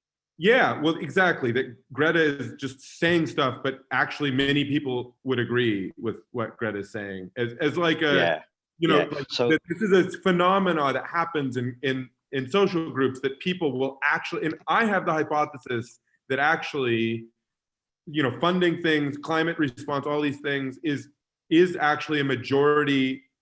People would be all about it, but there's like this. I forget what it's called, but there's this social bias. For whatever reason, but they feel like they'd be threatened if they actually speak up clearly about it. Marginalized, whatever. Yeah, Fired. but they're crazy or alarmist. That would be. Yeah, it would be the bad side of community. Yeah. So community is cuddly. Exactly. Yeah, but if right. we go together down a cliff, that's not very nice. Yeah, that's so true. I mean, I, at the time, was so far outside of what people understood as being reasonable that I eventually just resorted to theater to try and communicate what was happening, right? This is one of my old business cards that I found a couple of days ago. Just hold that a little closer to the screen. The Global Apocalypse Mitigation Agency. Right. And you see the card looks like a laminate pass that you would get inside of some kind of secure installation. It's got the passport photo, right? Because what I was trying to communicate to people was, look, I am doing massively critical long-term planning work on behalf of the entire species. And the fact that your agency doesn't support this kind of long-run work doesn't mean that that work isn't necessary. It just means that your agency has the wrong horizon, right? The US has a Center for Disease Control filled with incredibly intelligent people working on pandemics, and we still don't know whether wrapping a t-shirt around your face stops you getting flu. See what I'm saying? Mm-hmm. They've had 10 years since the last big scare to figure out for goddamn sure how people can make masks, what you need to do in terms of hand sanitizer. As soon as this thing came over the horizon, all of those questions needed to be figured out really, really quickly. Right? And the fact is that we're so poor at applying money to solving the practical survival problems, it's a pathology, right? The Red Cross has exactly the same problem. The tents that they give out in disasters are uninsulated. So when you have like a cold weather earthquake like in Pakistan, the Red Cross just hands out a bunch of tents and then everybody freezes to death. Yeah. Right? And that actually happened. They had an earthquake above the snow, like way up in the snow belt, and the tents were collapsing because of the snow. People were freezing to death. There were all of these fundamental problems that were completely obvious. And then after the disaster, they started running around trying to commission warmer tents to put people in and get more insulation into these things. This kind of inability to do strategic investment in keeping people alive in the long run seems to be a pathology that's nailed down deep inside of our funding machinery. And I have a feeling that the Chinese may have solved that problem, although I can't say for sure. But it certainly looks like they were very effective in their handling of this thing. And I wonder whether they've actually had, a much more serious and much more disciplined approach to large-scale public health than we've taken in the West. Mhm. Because our inability to get, the inability to get to the simple, fundamental answer of do masks work, and the fact that we don't have a generally available design for a make-at-home mask that's been tested in real laboratories, like, come on, guys, like, what are we doing here? We do have the T-shirt mask done by the CDC. So if you Google T-shirt simple mask CDC, you get that design. Yeah, Lucas, your fingers over And your it camera. has. Oh, sorry. Yeah. Okay. So the simple face mask CDC T-shirt one has a method for testing it, but I don't know how that can be replicated in more places so that we can test more masks. Yeah. I honestly don't know that. Interesting. Would I like to see it? Yes, I would. Yeah. Do I feel uncomfortable about the whole field of masks? Yes, I do. Yeah. This is because you're a doctor and, like, I'm allowed to be superstitious. I'm an engineer. That's no joke. Because I just wish we had clinical data on this stuff where we actually knew, right? If we were gathering the data accurately, if we had really good logs, actually, this is another project somebody could get their teeth into, maybe Facebook or Google. If we had really good logs of what protective measures people are taking, are you wearing masks? Are you wearing gloves? Are you doing social distancing? Take a selfie before you go outside and let's look at your gear. It might be that if we had 1 million people doing that, we could actually begin to extract proper. Well, Amazon should have all. I mean, when I ordered my, a month ago, when all this started moving, and I was like, oh, I should probably order. What I did is I got a mask for home remediation, respirator mask, like a rubber mask rather than a paper one. Yeah, rubber mask with with disposable filters. Yeah. And like a proper moon suit mask. Yeah, and pair of big. I almost got the full sort of like face thing for remediation, but I didn't want to drop $300, so I cheaped out a little bit. But anyway, Amazon knows. Amazon knows who ordered when. Amazon could figure out. And then we could look at the mortality basis, the mortality stats depending on what you bought, and then compensate it for income level. And out of that would come a pretty decent estimate of what measures work. Yeah, absolutely spot on. That's a really great insight. So the people actually. How do you measure that? Because they don't order again. Maybe the government would have to take the mortality data and correlate it with the shopping data. Well, I don't even know that the government would have to be involved. It'd be public information. So you could.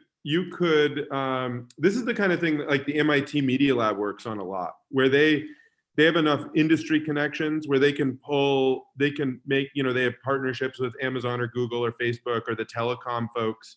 And they can pull this big data and public data sets, and then they run these sort of creative big data, analysis.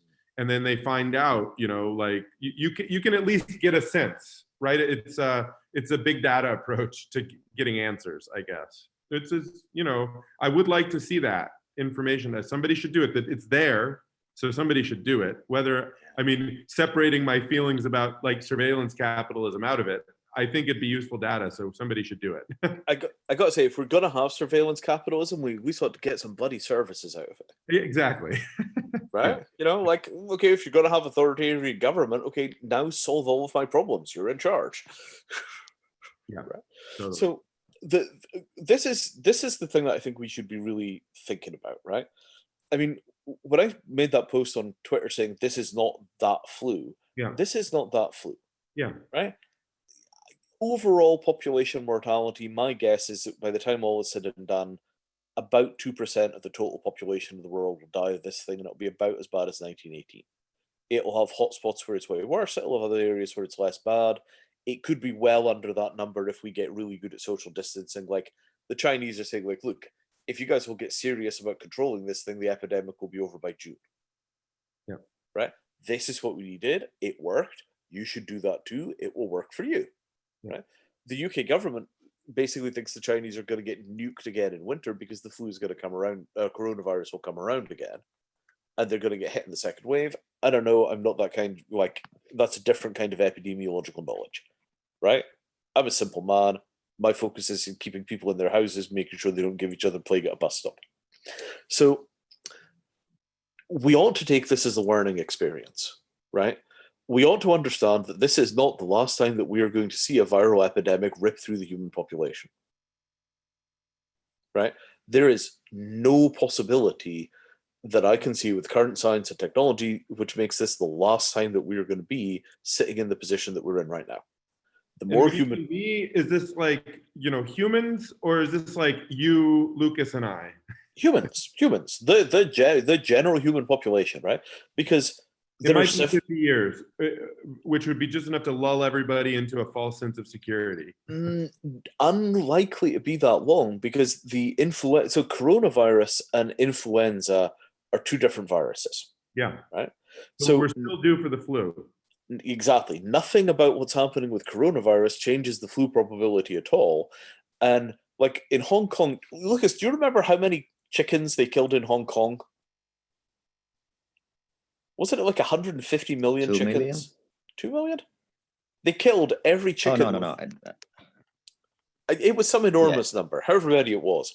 I want to say it was 150 million chickens. They basically killed every chicken within 100 miles of Hong Kong, because in that population of birds, there were bird flus which were getting better and better and better at jumping to humans, and they didn't kill very many chickens, but they killed all the humans. There was a pig flu that went through, what, 6 months ago was the pig flu? Last 3 months? So there was a swine flu that came through and was expected to kill 25% of the pigs in China, right? And pigs are so close to human beings that if you've got a pig flu and you've got a lot of human beings that are around pigs, the damn thing stands a really excellent chance of jumping. And then when they cross species barriers, my impression is they get a lot more lethal. So, the flu thing is still kicking around in the background, and we could, in theory, go directly from coronavirus 2 years later into another flu. Yeah. So we have to think of this as being a warning shot. Well, I'd almost rather that, because I actually feel like if that happened, people would, as we were just talking about, people are shitty when crisis subsides. Everybody's like, woohoo, I don't have to think about this again. And, it almost, I think we'd respond better if it just happened. But anyway, that's wishful magical thinking. And, Well, wishful magical thinking, there's a lot of that around, and some of it's probably pretty accurate. The idea that this thing is entirely the millennials' revenge on the boomers for screwing them so hard. Oh God! When I saw that, what's that hashtag again? Boomer remover. When I saw that, like, I knew we were in an entirely different domain. Like, there is no generation prior to this one that would have ever said that. And that's because these kids very clearly perceive that the older generation have totally betrayed them. Yeah. Excuse me, sir. There was a generation that said anybody beyond 30, they are too old. Don't trust anyone over 30. That's right. That was it. Yeah. And I was too young to see that generation. But you're dead right. Well, that was the boomers, right? Yeah. We all do that to each other. We need to stop that. Oh God, it's coming right around again. Yeah. Boomerang. Wow. Yeah. What do you do? Boomerang. Yeah. Boomer angst. Oh man. Well, my teeth are swimming. I think we need to stop it. I've got to pee so bad. I mean, we could go all night. This has been fantastic, but I think probably, you two are in European time zone or UK Yeah, time zone. So it's I don't dinner want to time. keep you up all night. Yeah, This has but been great. I'm Thank glad we you. did this. I feel sorry for our poor listeners. My God, what a trauma. What an ordeal. Well, hopefully some people got something out of it. The transcript of this I'll make available. I'll do my best. I have so much on my plate that I'm not going to promise too much, but I'll do my best to obviously link to resources and make a little distillation. And I mean, to be honest, there are probably only 15 or 20 minutes or half an hour of transcriptable stuff from this. Yeah. Like, there are some sections where we get right into it, where Lucas lays down the law, or I explain why complex systems suck. But, where we, or where there are bits of actual, like, informative dialogue, there's a lot of chit chat that will be terrible in a transcript. Yeah, that's okay. It's useful for search. That's the big thing. That's why I do the transcript stuff. Because it makes it easy to just type in a search. And I mean, I hope your automated service does a good job on it. Yeah, exactly. Well, we have we have like the hybrid. So do an automated service, and then somebody actually sort of like listens and make sure that it's. That's good. That's a great system. So I want to touch on two things very briefly. Sure, yeah. Why don't you run to the bathroom, and I will touch on those two things, because then your listeners will hear and I'll tell you what I said. Fantastic. That sounds good. I'll be right back. Right. So. Oh my gosh. Hello, audience. Being in real time. Yeah, well, there's just things you got to do sometime. So I think the two things that I wanted to sort of highlight here are, the panic, right, is not uninformed. Like, we do expect it to overwhelm respirator capacity in hospitals. We do expect a lot of people to die as a result. Right? I mean, it's not that people are freaking out over nothing, but it's also not an apocalypse which is going to crash their critical infrastructure. I feel like it's quite hard for people to gauge whether their emotional reactions are appropriate or inappropriate. And I feel like that is something where, I think some concerted effort to help people model what is a realistic sense of risk is really important, like how much panic is appropriate. And then the second thing we haven't talked about very much is the role of public health and public health officials in managing all this. Do you have any thoughts on that? Because you were the public health official, right? I mean, you were the guy that ran flu surveillance for the Canaries. I am unretired now. So I thought I would retire, but this thing is calling me back, and I don't like it. Anyway, yeah. Do not become one of these people that catches the flu on the job. Do your job from your cottage. Do not go to the office. Stop it. Okay, so the thing is, we need to look for the best advice, and there is very good advice out there. Yes. And it's one big role in all of this that we need to consolidate it and make it understandable. That was one role that FluWiki played, because you had people who were extremely anxious about their families and themselves, needing to understand complex things, and that takes time and patience and a little bit of space to pretty much wrapped up here. Dinner time. Okay. So sorry, Lucas. Yeah. So the other thing is that panic has been researched properly, and what we know from the distillations and the reasoning done by Peter Sandman and Jody Lannard, they have this website called psandman.com, and it's abundantly clear that what we call the panic reaction in most people is short-lived.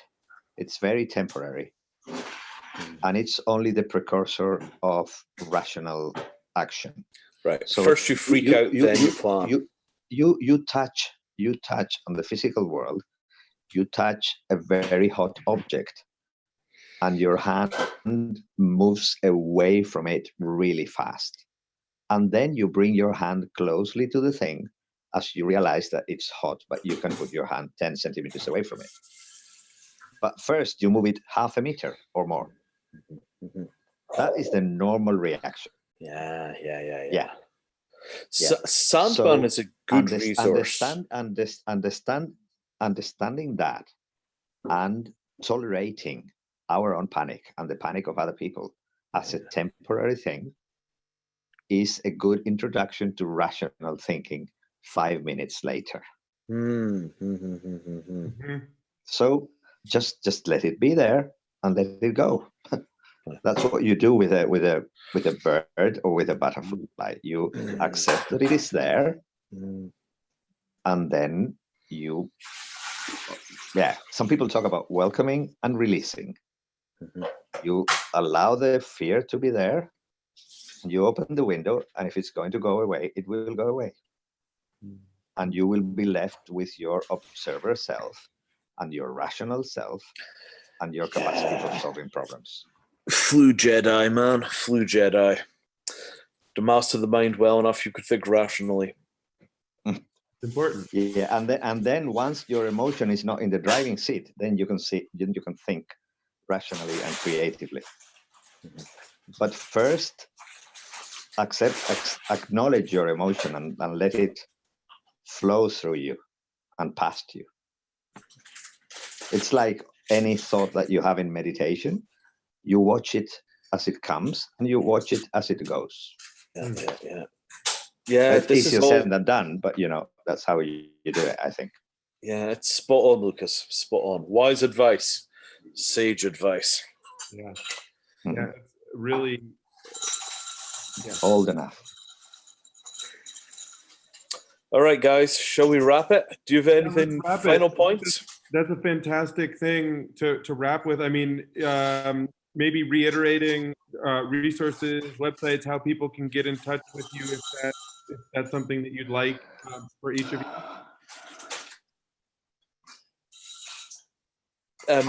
You want to go first, Lucas? Yeah, all I wanted to say is thank you for the invitation. I think I have said everything I had to say ever. And the only thing I would wrap up is this is nature speaking to us. And I think it makes sense to take it as a very kind invitation to do things well, if we can. Like, be good to each other or else kind of warning. But I don't know. That's just my take on it. What do I know, really? Quite a bit. So the Sandman link was really good. What's his website again, Lucas? psandman.com. I just looked it up. psandman.com. So he's one of the great big resource. The person to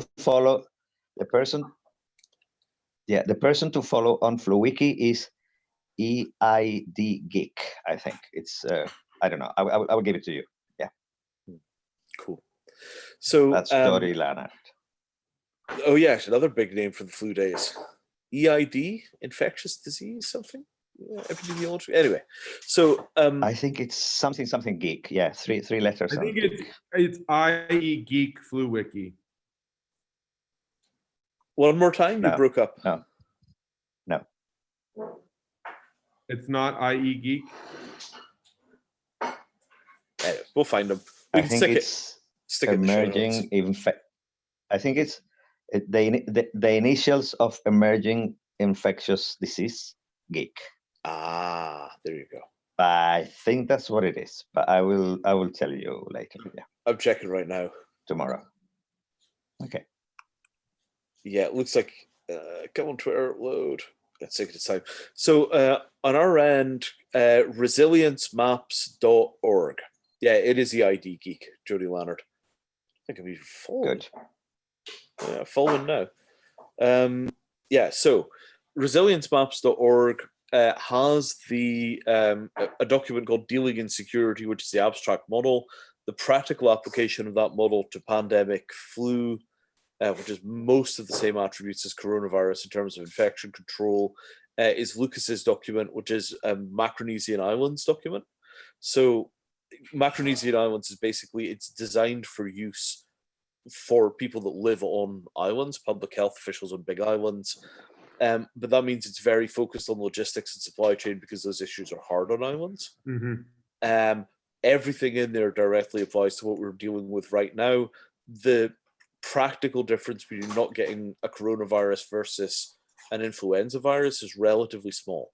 The modes of transmission are very, very similar. Although the care is very different and the biology is very different, nonetheless, all the advice in there is still entirely relevant to this thing. They seem to be insisting more on hand washing than they do with flu. Yeah, it's true. It is very infectious, really infectious.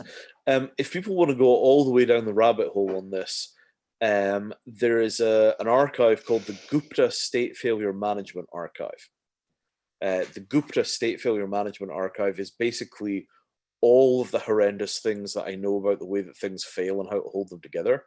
It's very scrappy and kind of badly put together. A lot of it's not very well edited, but it's a series of talks and a series of documents that are basically a brain dump of the state of the art as of about 10 years ago. It's so old that it was made to fit on a DVD back when people used DVDs for getting large amounts of data around because thumb drives haven't been invented. So that is really the kind of apex analytical toolkit for taking these entire things to pieces in a way that gives you a flexible mindset for managing a whole wide range of very high fatality events. And yeah, I would recommend that only for people that really seriously want to get this thing crammed into their heads properly. If you absorb that material, after that, you will be able to think rationally about almost any contingency. It's just a horrible process because it just dismantles your sense of what is real and replaces it with a very new model of how the world works. Not recommended except for people that are really serious about doing this stuff in a deep way. Yeah. Good. Thank you both for your work and your time. And yeah, fantastic conversation. I learned a lot. And yeah, hopefully it was helpful for our listeners. I'm not going to do this again. I think it's really, I have nothing else to say. Okay, this is it. This is the final statement of Lucas about the great transmission has arrived. The great transmission has arrived. Yeah. Lucas, one of the folks working with us is reformatting all the old flu docs to put them in a format that will show up nicer on little mobile devices. Oh, that's fantastic. Yeah, it's good. Okay. It'll be easier for future translators as well. We ought to get somebody to work with us to do an update of that thing to put in coronavirus specific information into the old flu doc.